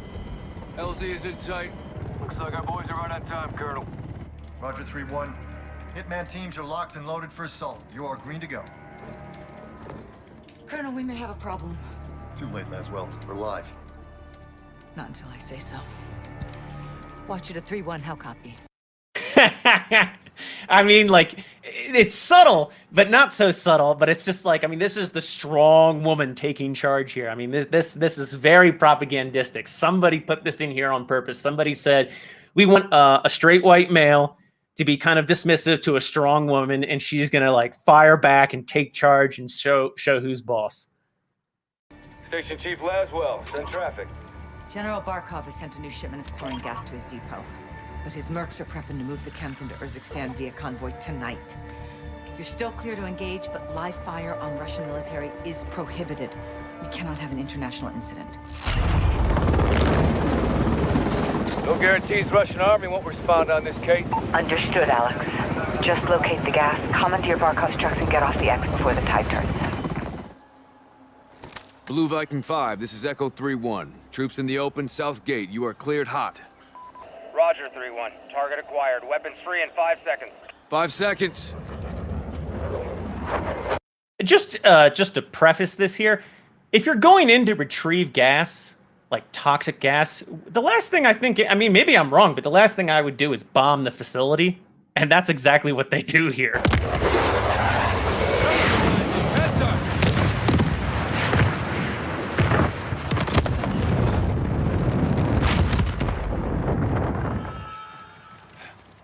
Looks like someone was playing with fire. Serves them right, hawking this chemical shit.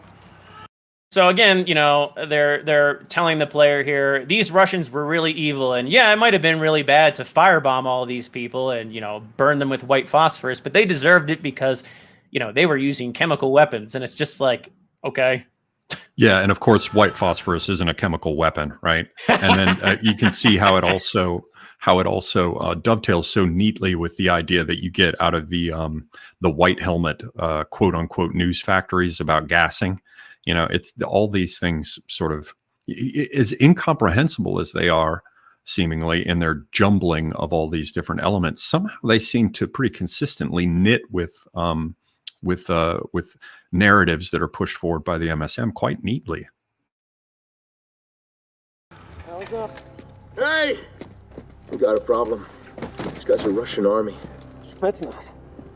3-1 to Watcher. Barkov's hired gun. So, I mean, they're reaffirming here that these aren't mercs. This is the Russian military. This is Spetsnaz. These are Russians. Guns are Spetsnaz. Little green men. Russian army care. Yeah, we need to bug out now. Negative. Command wants mission accomplished on this. Not our choice. Never is. 3-1 out. Verify this is what we came for. We'll set the trucks for egress. Raj. Okay, so I'll fast forward a little bit. You basically get ambushed. The gas gets stolen. And the RV. And then there's a scene with that female commander again.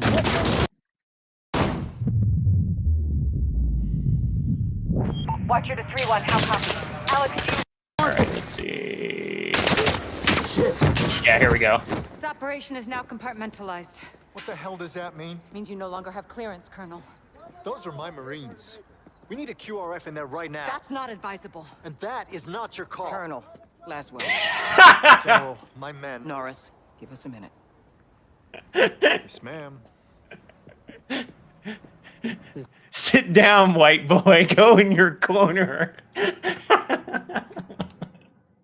I don't know if you have any thoughts on that, but I mean, to me, it's just like, you know, the black woman comes out and she shows the white woman and the white man who's really in charge. Yeah, which you generally see. I was actually going to wait, but I'll throw it in here. You know how you said it's strange to portray the CIA positively? I like to go back to movies that show things about the intelligence services doing nefarious things. And there's a classic, which oddly enough had Mel Gibson in it. And it's called Conspiracy Theory, which is one of the big points at which that phrase entered the public awareness, you know, so that they could, you know, basically join like a Siamese twin at the hips, the idea of conspiracy and theory. So it's always a theory. So you can't even utter the word conspiracy today without theory appearing like an invisible floating parentheses. And it's the result of their hammering that particular It's bizarre term. Because right at this very moment, you know, a lot of, you know, white men are on trial for conspiring for the Charlottesville event, you know, like, and it's just like, okay. Yeah, only the whites conspire. The non-whites simply make plans. But to the point about the CIA being portrayed positively, like you'll see it in conspiracy theory, and you'll see it elsewhere in this genre of movie. What you generally find is that it's always a rogue aspect of the CIA that's doing the bad thing. It's always a rogue aspect. And what's necessary is to get to the people in charge and let them know that there's a rogue aspect. Yeah. And what always happens is that people who know better will come in and shut it down at the end of the movie. And it's kind of like Star Wars, you know, the first film where Luke and Han Solo are getting the award at the end. It's a happy ending. It's like a wedding movie, a rom-com that always ends with the wedding, so you don't see them throwing dishes at each other later. And what's uniform about this, and this is why I wanted to bring it up, where you see the image on screen here, is that increasingly the rogue element is always being run by some old guard, crusty white guy who just won't get with the program, who just doesn't understand that what he's supposed to do is die. And then there's always an arrangement where there's a black woman who will be a police chief or who will be an NCO, like we see here, right? And then one level above them, the one who just won't take the bullshit anymore and insists that there be accountability and puts everything to rights again, is a white female. So here we have that exact thing. Anyone who's watched television and movies will immediately know what I'm talking about. There's always a black female police chief who's like, we're not taking this anymore. Sometimes it's black male. You know, if it's the early 2000s, it'll be a black male. If it's the later 2000s, you know, more like the present day, it'll be a black female. And then above it all will be a president or a vice president or the chairman of the whatever. And it'll be a white female who always sets it straight. And we'll know the last part is we'll know the major shift is coming when it becomes a white female NCO. And the place where the buck stops will be a black female. Then we'll know that the transformation is complete. Well, that's what happened here. That is actually what happened here. The black woman is in charge of all of them. Oh well, shit. I guess we just stuck the rectal thermometer in, and it came out with a fever reading. Yeah, I mean, because that's exactly what's going on here. Like here, we'll play out. Got a situation. The Kremlin has suspended all deconfliction channels. The Sixth Fleet is pushing into the Black Sea, and chemical weapons are now in the wild. Your fingerprints are all over this, Laswell. Fix it. General, right now intelligence is our best weapon. We've tried intelligence. Get me a better weapon.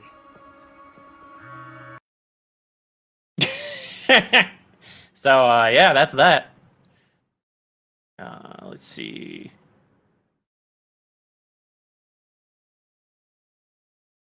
Are you still there? Yes, sir. Okay. Remove from studio. Okay. Okay, and then there's where is that scene? Okay. Oh yeah, here it is. This is one of the final scenes in that game, and this ties into the whole idea of there are multiple instances in this game where there's the idea you talked about where like the white man sort of passes the torch to the others. You see this in Gran Torino. You see this in a lot of, films. But this is a young white guy, and this is a CIA operative, ironically enough, and he's actually going to die for Urzikstan. He's not going to die for his own people. He's going to die for somebody else's people. So here we go.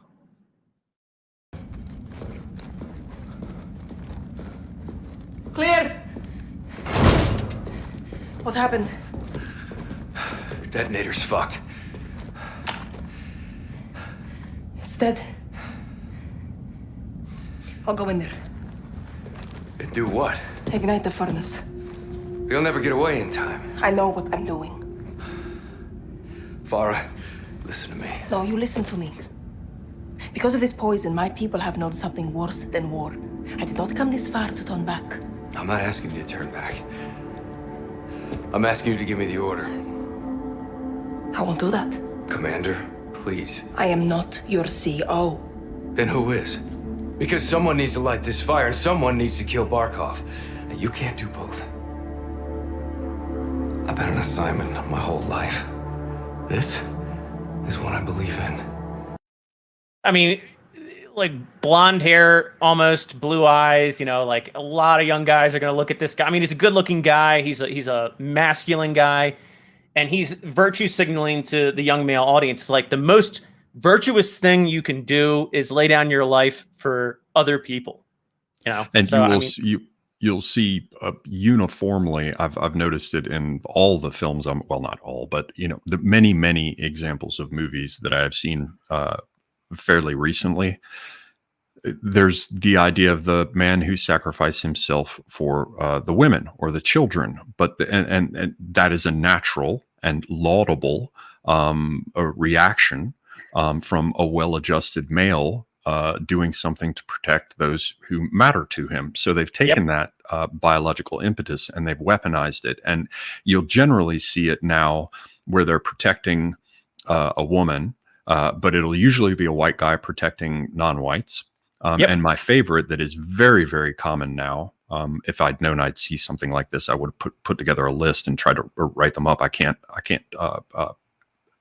remember them all at present, but I'm sure people in the chat can. You'll have an adopted non-white female that's a child. And so the man will be charged with, piloting them across some threatening landscape or, helping them to escape or whatever. And in the end, there's always the aspect of self-sacrifice. All recognition of virtue for whites is posthumous. There is no other option because we are fundamentally evil in the deepest part of our heart and soul. It reminds me a little bit of Children of Men, which, despite being a piece of propaganda, is just a great movie. I like it even given how much I would say that about this game. I would say the same thing about this game. This game is a horrible piece of propaganda insofar that it's got a very nefarious message, but it's a good piece of media. Like, it's a good game, and that's what's bad about it. Like, that's what's nefarious about it. It's very well put together, and it's very effective, and mechanically, just from a consumeristic gamer standpoint, it's a good game. So, yeah. Here, I'll play out the rest of the scene just so you can get an idea of how, because at the beginning of the stream, you were talking about how these people can sort of maximize the emotional impact of a particular message, and that's what this scene does here. Give me the order. You are a freedom fighter, Alex. You're a born leader, Farah. You can't fight for your own. You can't be a freedom fighter and be a nationalist for your people. Oh no! You can only be a freedom fighter if you're fighting for other people. And doing so by sacrificing yourself on the altar of diversity. And this is one thing that just drives me crazy. I've been waiting for somebody like you or a Black Pilled or somebody to talk about it, but I see it everywhere, and it is so irritating. It is basically the idea that whenever a white person sacrifices himself in order to be virtuous, I mean, it's kind of like a 2-for-1. You can finally be virtuous, and also you'll be gone, and you should all just die. Whenever that whenever that sort of takes place as a part of the story, they always show how incredibly thankful, how incredibly touched, how incredibly moved in their most deep emotional core the non-whites are by this sacrifice. It's like that is the most tired trope. It just follows you around on all television and media, like the smell of dog shit that you haven't found on the bottom of your shoe yet.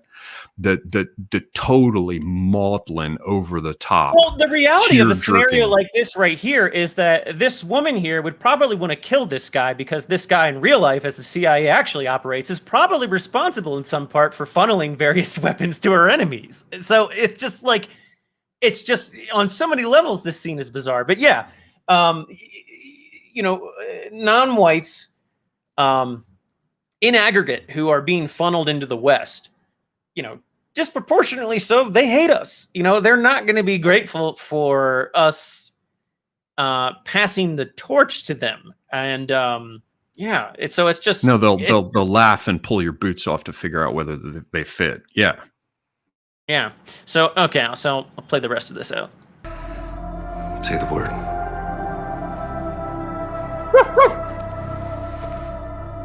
Go. Yes, ma'am. I mean, the music here is just incredible. Good luck.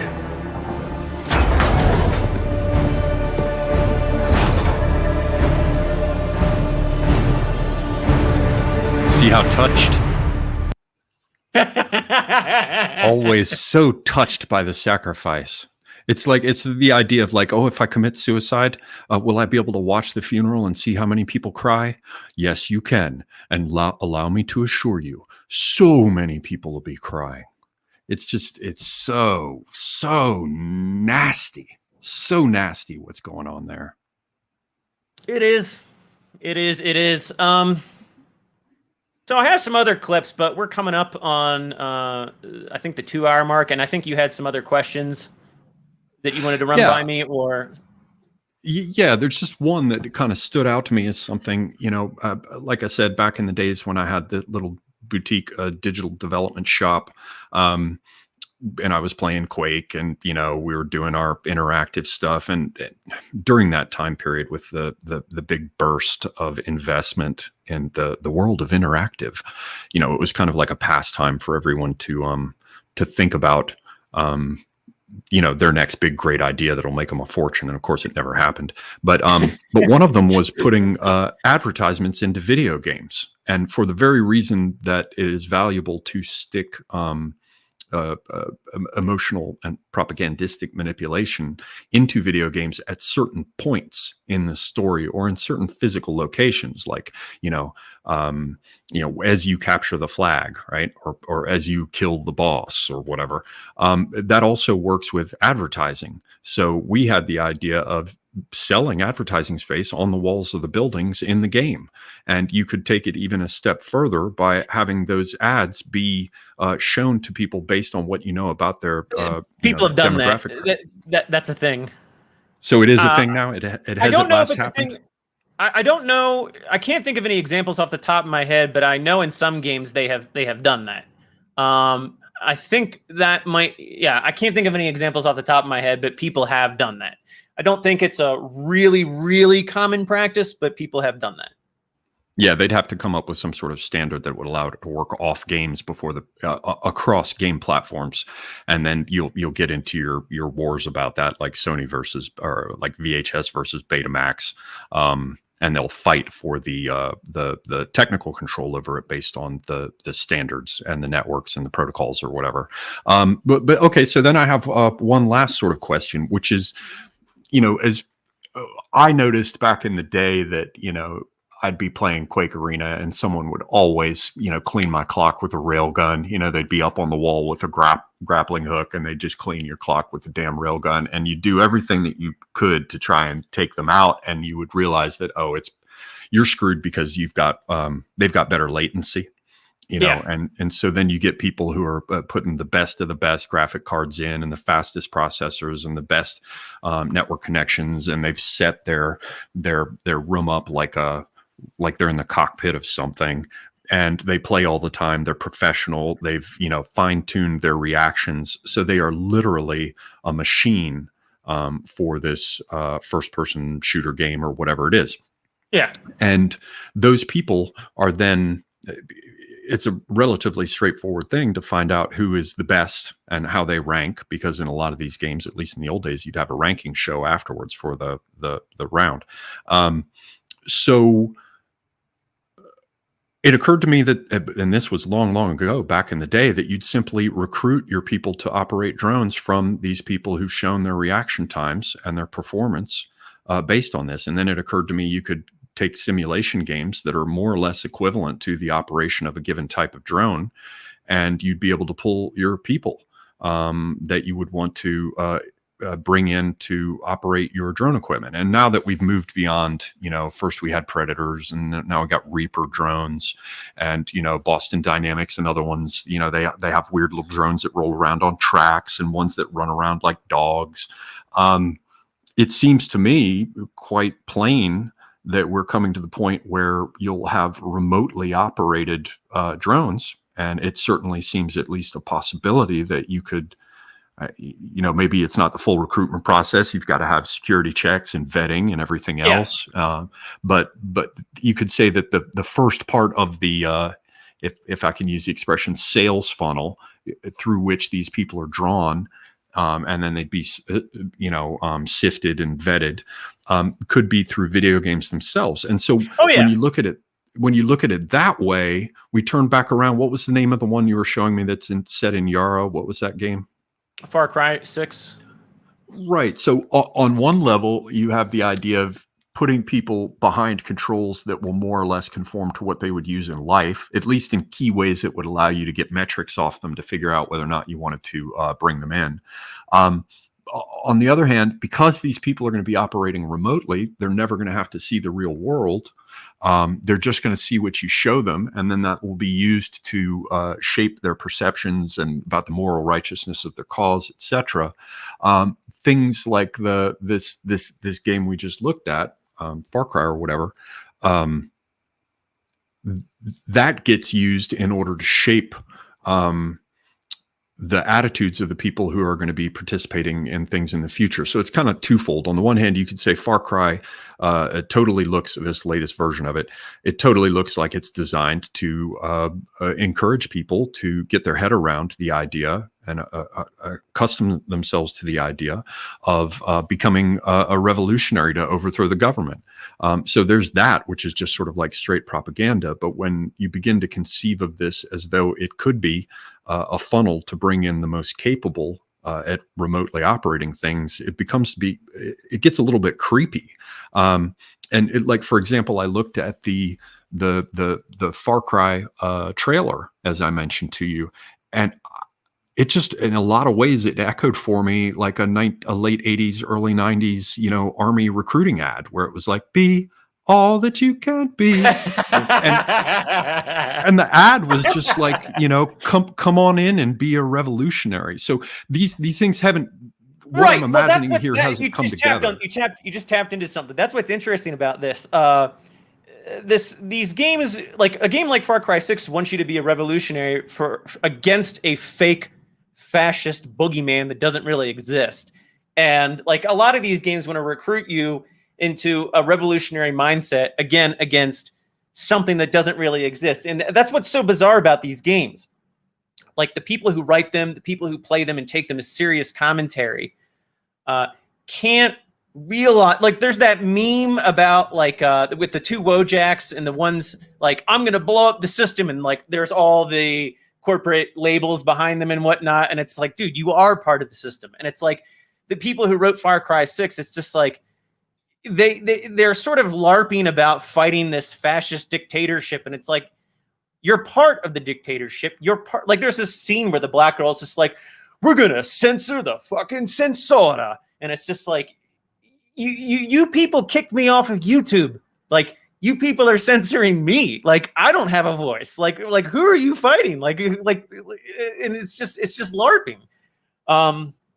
Yeah. I mean, these people live in a fantasy world where they are the perpetual revolutionary victim against the big guy. They're the perpetual underdog. And it's like, no, the so-called, quote unquote racists today, they're the underdog. Like, you're not. And like, they can't, because the minute they accept that, they will have to grant us like certain courtesies, certain considerations, and they just can't afford to do that. No, indeed. They're focused on the whole thing of moaning about the way in which they're not being given a fair opportunity when they're pushing on an open door. Well, I guess a sort of a closing thing, and then I'll turn it over to you to share any kind of things you want or to talk about what you have coming up next. And of course, I definitely want to shill for you and drive people to your channel, not least because you've been driven off of YouTube. So it becomes that much more important to find new viewers because there's just no way to do it on these smaller platforms where they're sort of just getting up to speed. But the last thing I want to point out is why video games are so important.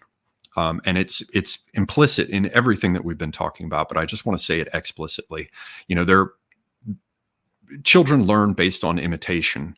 And I've said this before on my channel, you'll have kids and they're out on the playground. And when I was a little kid, they were talking about, I'm going to be a fireman. And Johnny's like, I'm going to be a policeman. And, Bobby is like, oh, I'm going to be an astronaut. Nobody says I'm going to be a junkie, so they're imitating what they do based upon their perception that it will be successful and give them everything that they want. And so we see it with a television commercial where the guy pulls up across a polished marble floor and whatever the large luxury, most expensive sedan version of a BMW is. And as he steps out of it, you catch a little glimpse of the beautiful Rolex watch on his wrist, and this gorgeous woman in some sort of, ball gown shows up and takes his hand. And you're like, oh, wow. So if I buy a BMW, I'll live this life. Fine. Straightforward advertising. We're all used to it. But it gets really nefarious when you start to show things that are flatly destructive and horrible as though they're positive. So look at like rap music, where it's like, if I have hundreds of gold chains hanging around my neck and I've got a mouthful of gold teeth, and if I play pool all day long and smack women on the ass and call them bitches, I can't stand I'll be any a great of that success. I can't stand any of that because it's just like, I am a race realist and I do believe in aggregate differences and whatnot, but the artificial, well, I don't know if it's completely artificial, but black gang culture is promoted over and beyond what black people might naturally be inclined to embrace to some extent. And I think people, black people should be... I want to say they should be angry about it, but I mean, I don't know if I want to get on that train, but it's just like, there is a culture that promotes like the worst elements of different groups. And this is what kind of drives me nuts about people who like think, like I was posting on Twitter the other day about what people think about me, like the anti-racists when they come and they see my content. And I posted this picture of like Michael Douglas and that guy from the film Falling Down, the Nazi with the Cyclone canister. And it's just like, this is what people think of me. They think I'm some genocidal maniac. And it's like, I'm willing to consider here how pop culture probably doesn't, do the best thing for black people. It probably, is harmful to them as well. And yet, these people, like, they'll hear me say something like that, and they'll still go on and on about like me being, a Nazi or me being this or that. And it's just like, these people are just endlessly battling. They're not even battling with me and my legitimate beliefs. They're battling with a caricature that the media has portrayed. And like, that's what they're battling with. And it's just like, how do you can't really combat that through any other way other than like counter media. Like there's just a certain segment of the population that no matter what you say to them, no matter how you convey your argument and your position, it's not going to have an effect on them. Only media of the same caliber and the same extent is going to have an effect on them. These people have to be propagandized out of their anti-white paradigm. That's the way I see it. Yeah, and things that are even broader than the anti-white aspects. Though to be honest with you, I care about them less. But look at what this does to females of any race. Yeah. This idea that they're supposed to do what men do. and that there's no difference, that basically women are just men with tits. Well, there's this, you know, what I hate about the modern feminist culture is the common myth that, like, throughout white American and Western European history, like, women had, you know, no quote unquote rights, that they were never allowed to do anything like become, you know, a physicist or anything like that. And it's just like, you know, when a woman was particularly talented and particularly gifted and wasn't particularly predisposed to being a housewife, you know, she could go do other things. It's not like it was completely out of the question. There were barriers, you know, there were incentives in place for women to not do that, because let's face it, if you're a very high IQ woman and you can be an astrophysicist, you need to, I mean, I know they hate hearing this, but it's like, you should have kids. You should pass on those genes, and you should teach your kids, your high IQ children that you had with a high IQ male, to, you know, to develop all of their skills. It's like, you are an asset to your people. And, you know, yeah, I just don't like that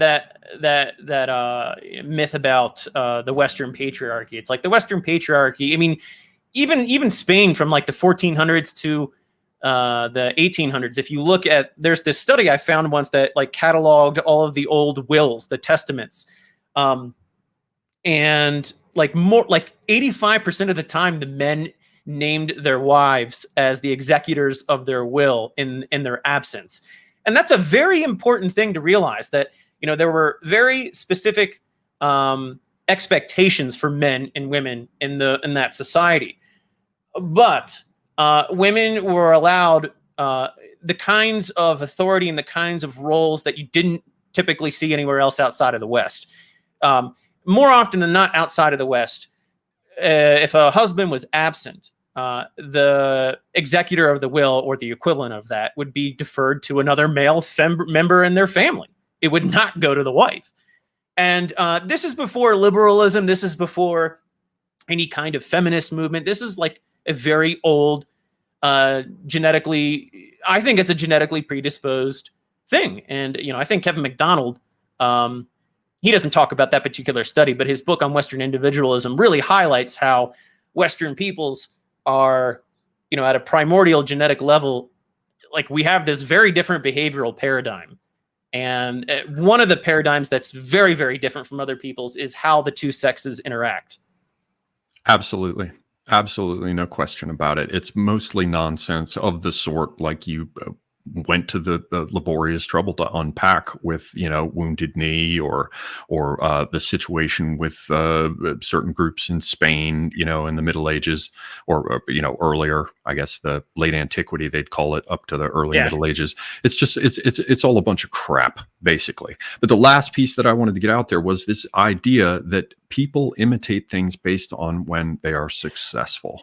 And when you can falsely show destructive behavior as though it is successful, and you can do so in a video game, and then you take the whole that's greater than the sum of its parts, which is when it's happening in advertising, when it's happening in video games, when it's happening in so-called literature, let's just say text, when it's happening in video games as well, you know, across this set of vectors, you're in a bad state, because basically what's happened is you've got a helmet on that's displaying things as though they're successful when they're not.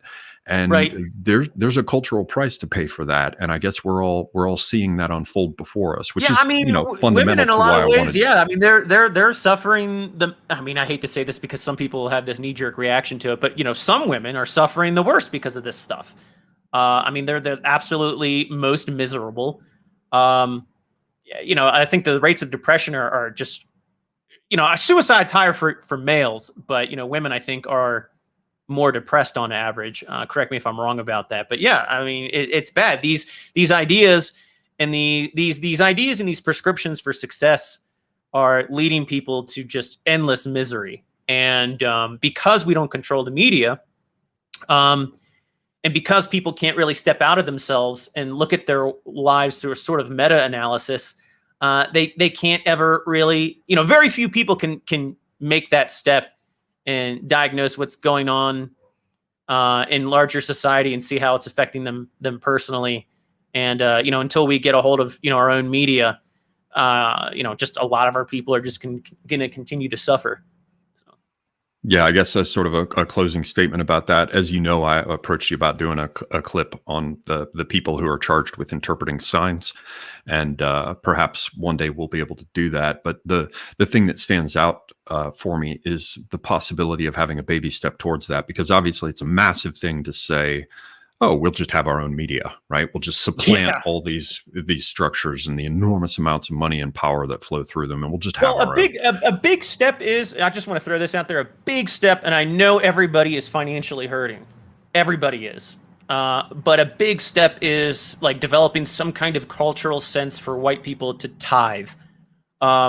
Take $20 a month and distribute it however you see fit among, whatever, pro-white talking head or content creator or whoever you think is doing a good job. And particularly, organizations such as American Renaissance or Countercurrents or VDARE and so on and so forth, the more money those organizations get, the more likely they're eventually to start doing, creating more mediatic outlets. Like I really want one of those outlets to get enough money and get enough organizations so that they can start making like PragerU styled videos. That's really a big thing I'm about. And in order for that to happen, though, we really have to have this sense of tithing in our whole pro-white community. And it's just like, if you're willing to spend $60 every once in a while on some dumb AAA anti-white video game, please just take $5 a month and donate it to American Renaissance or some other group that you think is doing something worthwhile.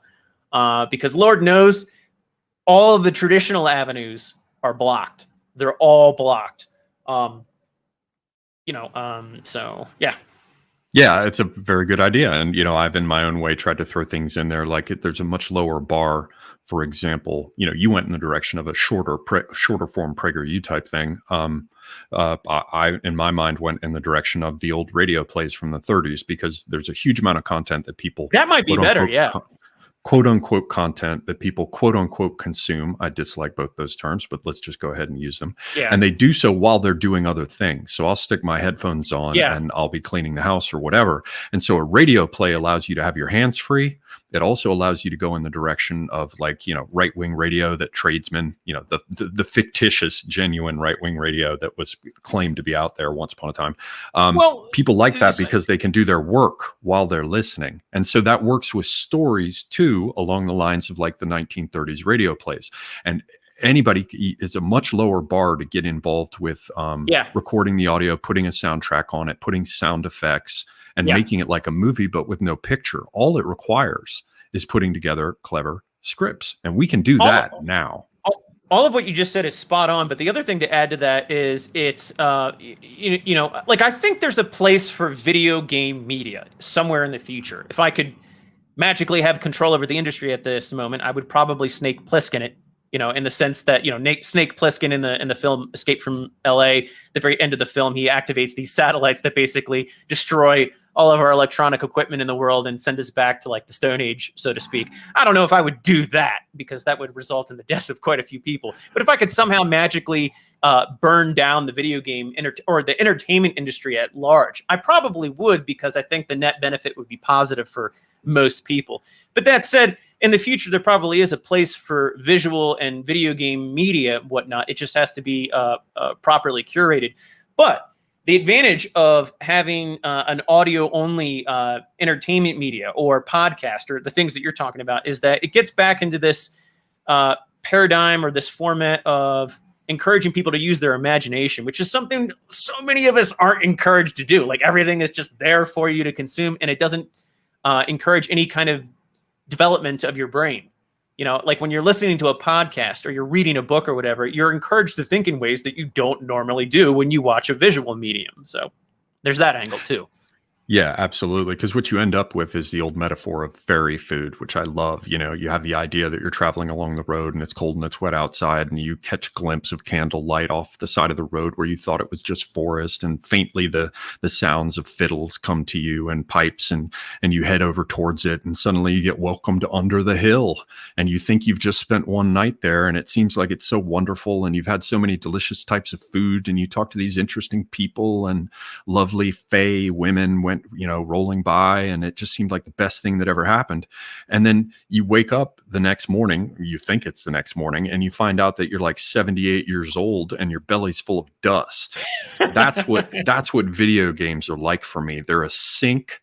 They're like a sink for your life, into which all of it pours, and you're going to get to sit on your deathbed with your trembling hands and think about how much of your life is gone, that it simply didn't exist because it went That's into just unfortunately the case. And there are a fair amount of people who have followed my content over the years, and I know that like they still want to cling to that. Like, don't get me wrong, I still like the idea of video games. I still like mechanically some of the formats and whatnot, but just overall, the video game industry as it stands today in our cultural social milieu, it's exactly what you just said. It's just this giant occupier of your life. It's this proxy for your life. It's this analog. And it just, this gets into all these ideas of like people identifying more in the future with what they consume versus what they produce. And like, you're just seeing this more and more, like people identify with a video game character or a particular like brand of video game or whatever. And they do so to the extent that when you start attacking, like I remember when I did a Red Dead Redemption 2 video that talked about all the nefarious elements in that game, there were people who got seriously offended because they really identified with the game. The game was an extension of themselves. And this is not a good place for us to be. Like, the Iliad's a great book, but it's, well, actually, I would say that's an extension of myself. But you get my point. Right. Don't be knocking on Homer now. Uh-huh. Yeah. But to your point, yeah, I think, or rather I've seen some people in the chat and, they're fucking around. I'll save my video games for when I'm old. So when I'm 78, that's when I'm going to play the video game because I'm going to be bedridden. Right. And I'm not going to do it now when I still have some vestige of my youthful power remaining. So yeah, it sounds like there are very, very good reasons for all of us to be paying close attention to video games. And for those of us who, for whatever reason, and there are many justifiable ones, for those of us who don't have the time to do so, the good news is that American Krogan is doing it for you. So I would recommend that, again, everybody head over there to his channel on Odyssey and subscribe there. He does not get the same exposure because he's on this sort of nascent developing platform. So do your part, help out the people who are working. I will point out in large part for free. And if you think that they're getting rich off of the donations, which are always much appreciated, I have to tell you that's not happening, not at our level anyway. So please get out there, support American Krogan, support other content creators. And before we wrap this up, do you have anything coming up, sir, that you want to tell us about, or are there any other things that you want to cover or shill? Well, I am working on a video about that game Far Cry 6, but I'm having a lot of trouble with it just because it's just such a like car crash of different ideas. So I am working on that. I'm working on a video about Call of Duty Vanguard, and I'll probably talk about a lot of the same things we talked about here, but perhaps in more depth. I'll probably talk about, I'll definitely talk about the Rhineland occupation following World War I and how the world reacted to that and the common myths and tropes about it. So those are two things in the immediate future. I might be working on eventually a documentary series about the decline of the U.S. With some other people in our movement. I will not name them though, because that's not solidified yet. Yeah, those are the things in the immediate future. Yeah, I think that's about it for now. Well, if I can throw one last one in, since you speak other languages quite well, It's always interesting to serve as a bridge as well for people who can't understand them, to see what's going on in these other realms that might parallel what we were aware of in the Anglosphere, but shed different light on it, or reveal perhaps how tactics are used in these other places in slightly different ways, that kind of thing. I know that's, might not be all that interesting for you, but I figured I'd throw it out there. When you have people who speak a number of languages, they can obviously bridge the cultures, and they can sort of come back with reports from what's happening on the other side. My spoken French is pretty bad at this point because I haven't practiced in a really long time. I can still read it pretty good, but what I can see immediately is that all of the weird Anglo woke speech has definitely infiltrated the Franco sphere. And, they have their whole thing about decolonization, and they have pretty much all of the things you would expect to find in the English-speaking world. The Spanish-speaking world, not quite as much, although there are these pushes to get people to speak with gender-neutral language, which is just totally bizarre because, Spanish is a gendered language, as is French, and there's a movement to get French speakers to do the same thing, and it's just really, really, really weird. Doesn't seem to be catching on, but yeah, there are some interesting things going on in those worlds, so I should probably try to bring them up a little bit more often. Well, if it suits you, you're already doing great work that I certainly appreciate. And from what you're telling me, it sounds like the short answer is just, yeah, it's as bad over there. So if that's the only answer, then why waste your time with it? Well, excellent. Thank you very, very much. I really enjoyed talking to you about this. If there's anything in future that you think would be a good fit, or that you think anybody over on my channel would want to hear about, then you're always welcome back. Again, I will tell everybody, get off your asses, head over to Odyssey if you're not subscribed already, and support his channel. And thanks to everyone for watching. That's it for now. I'm Semiagog, and at this point, I am out.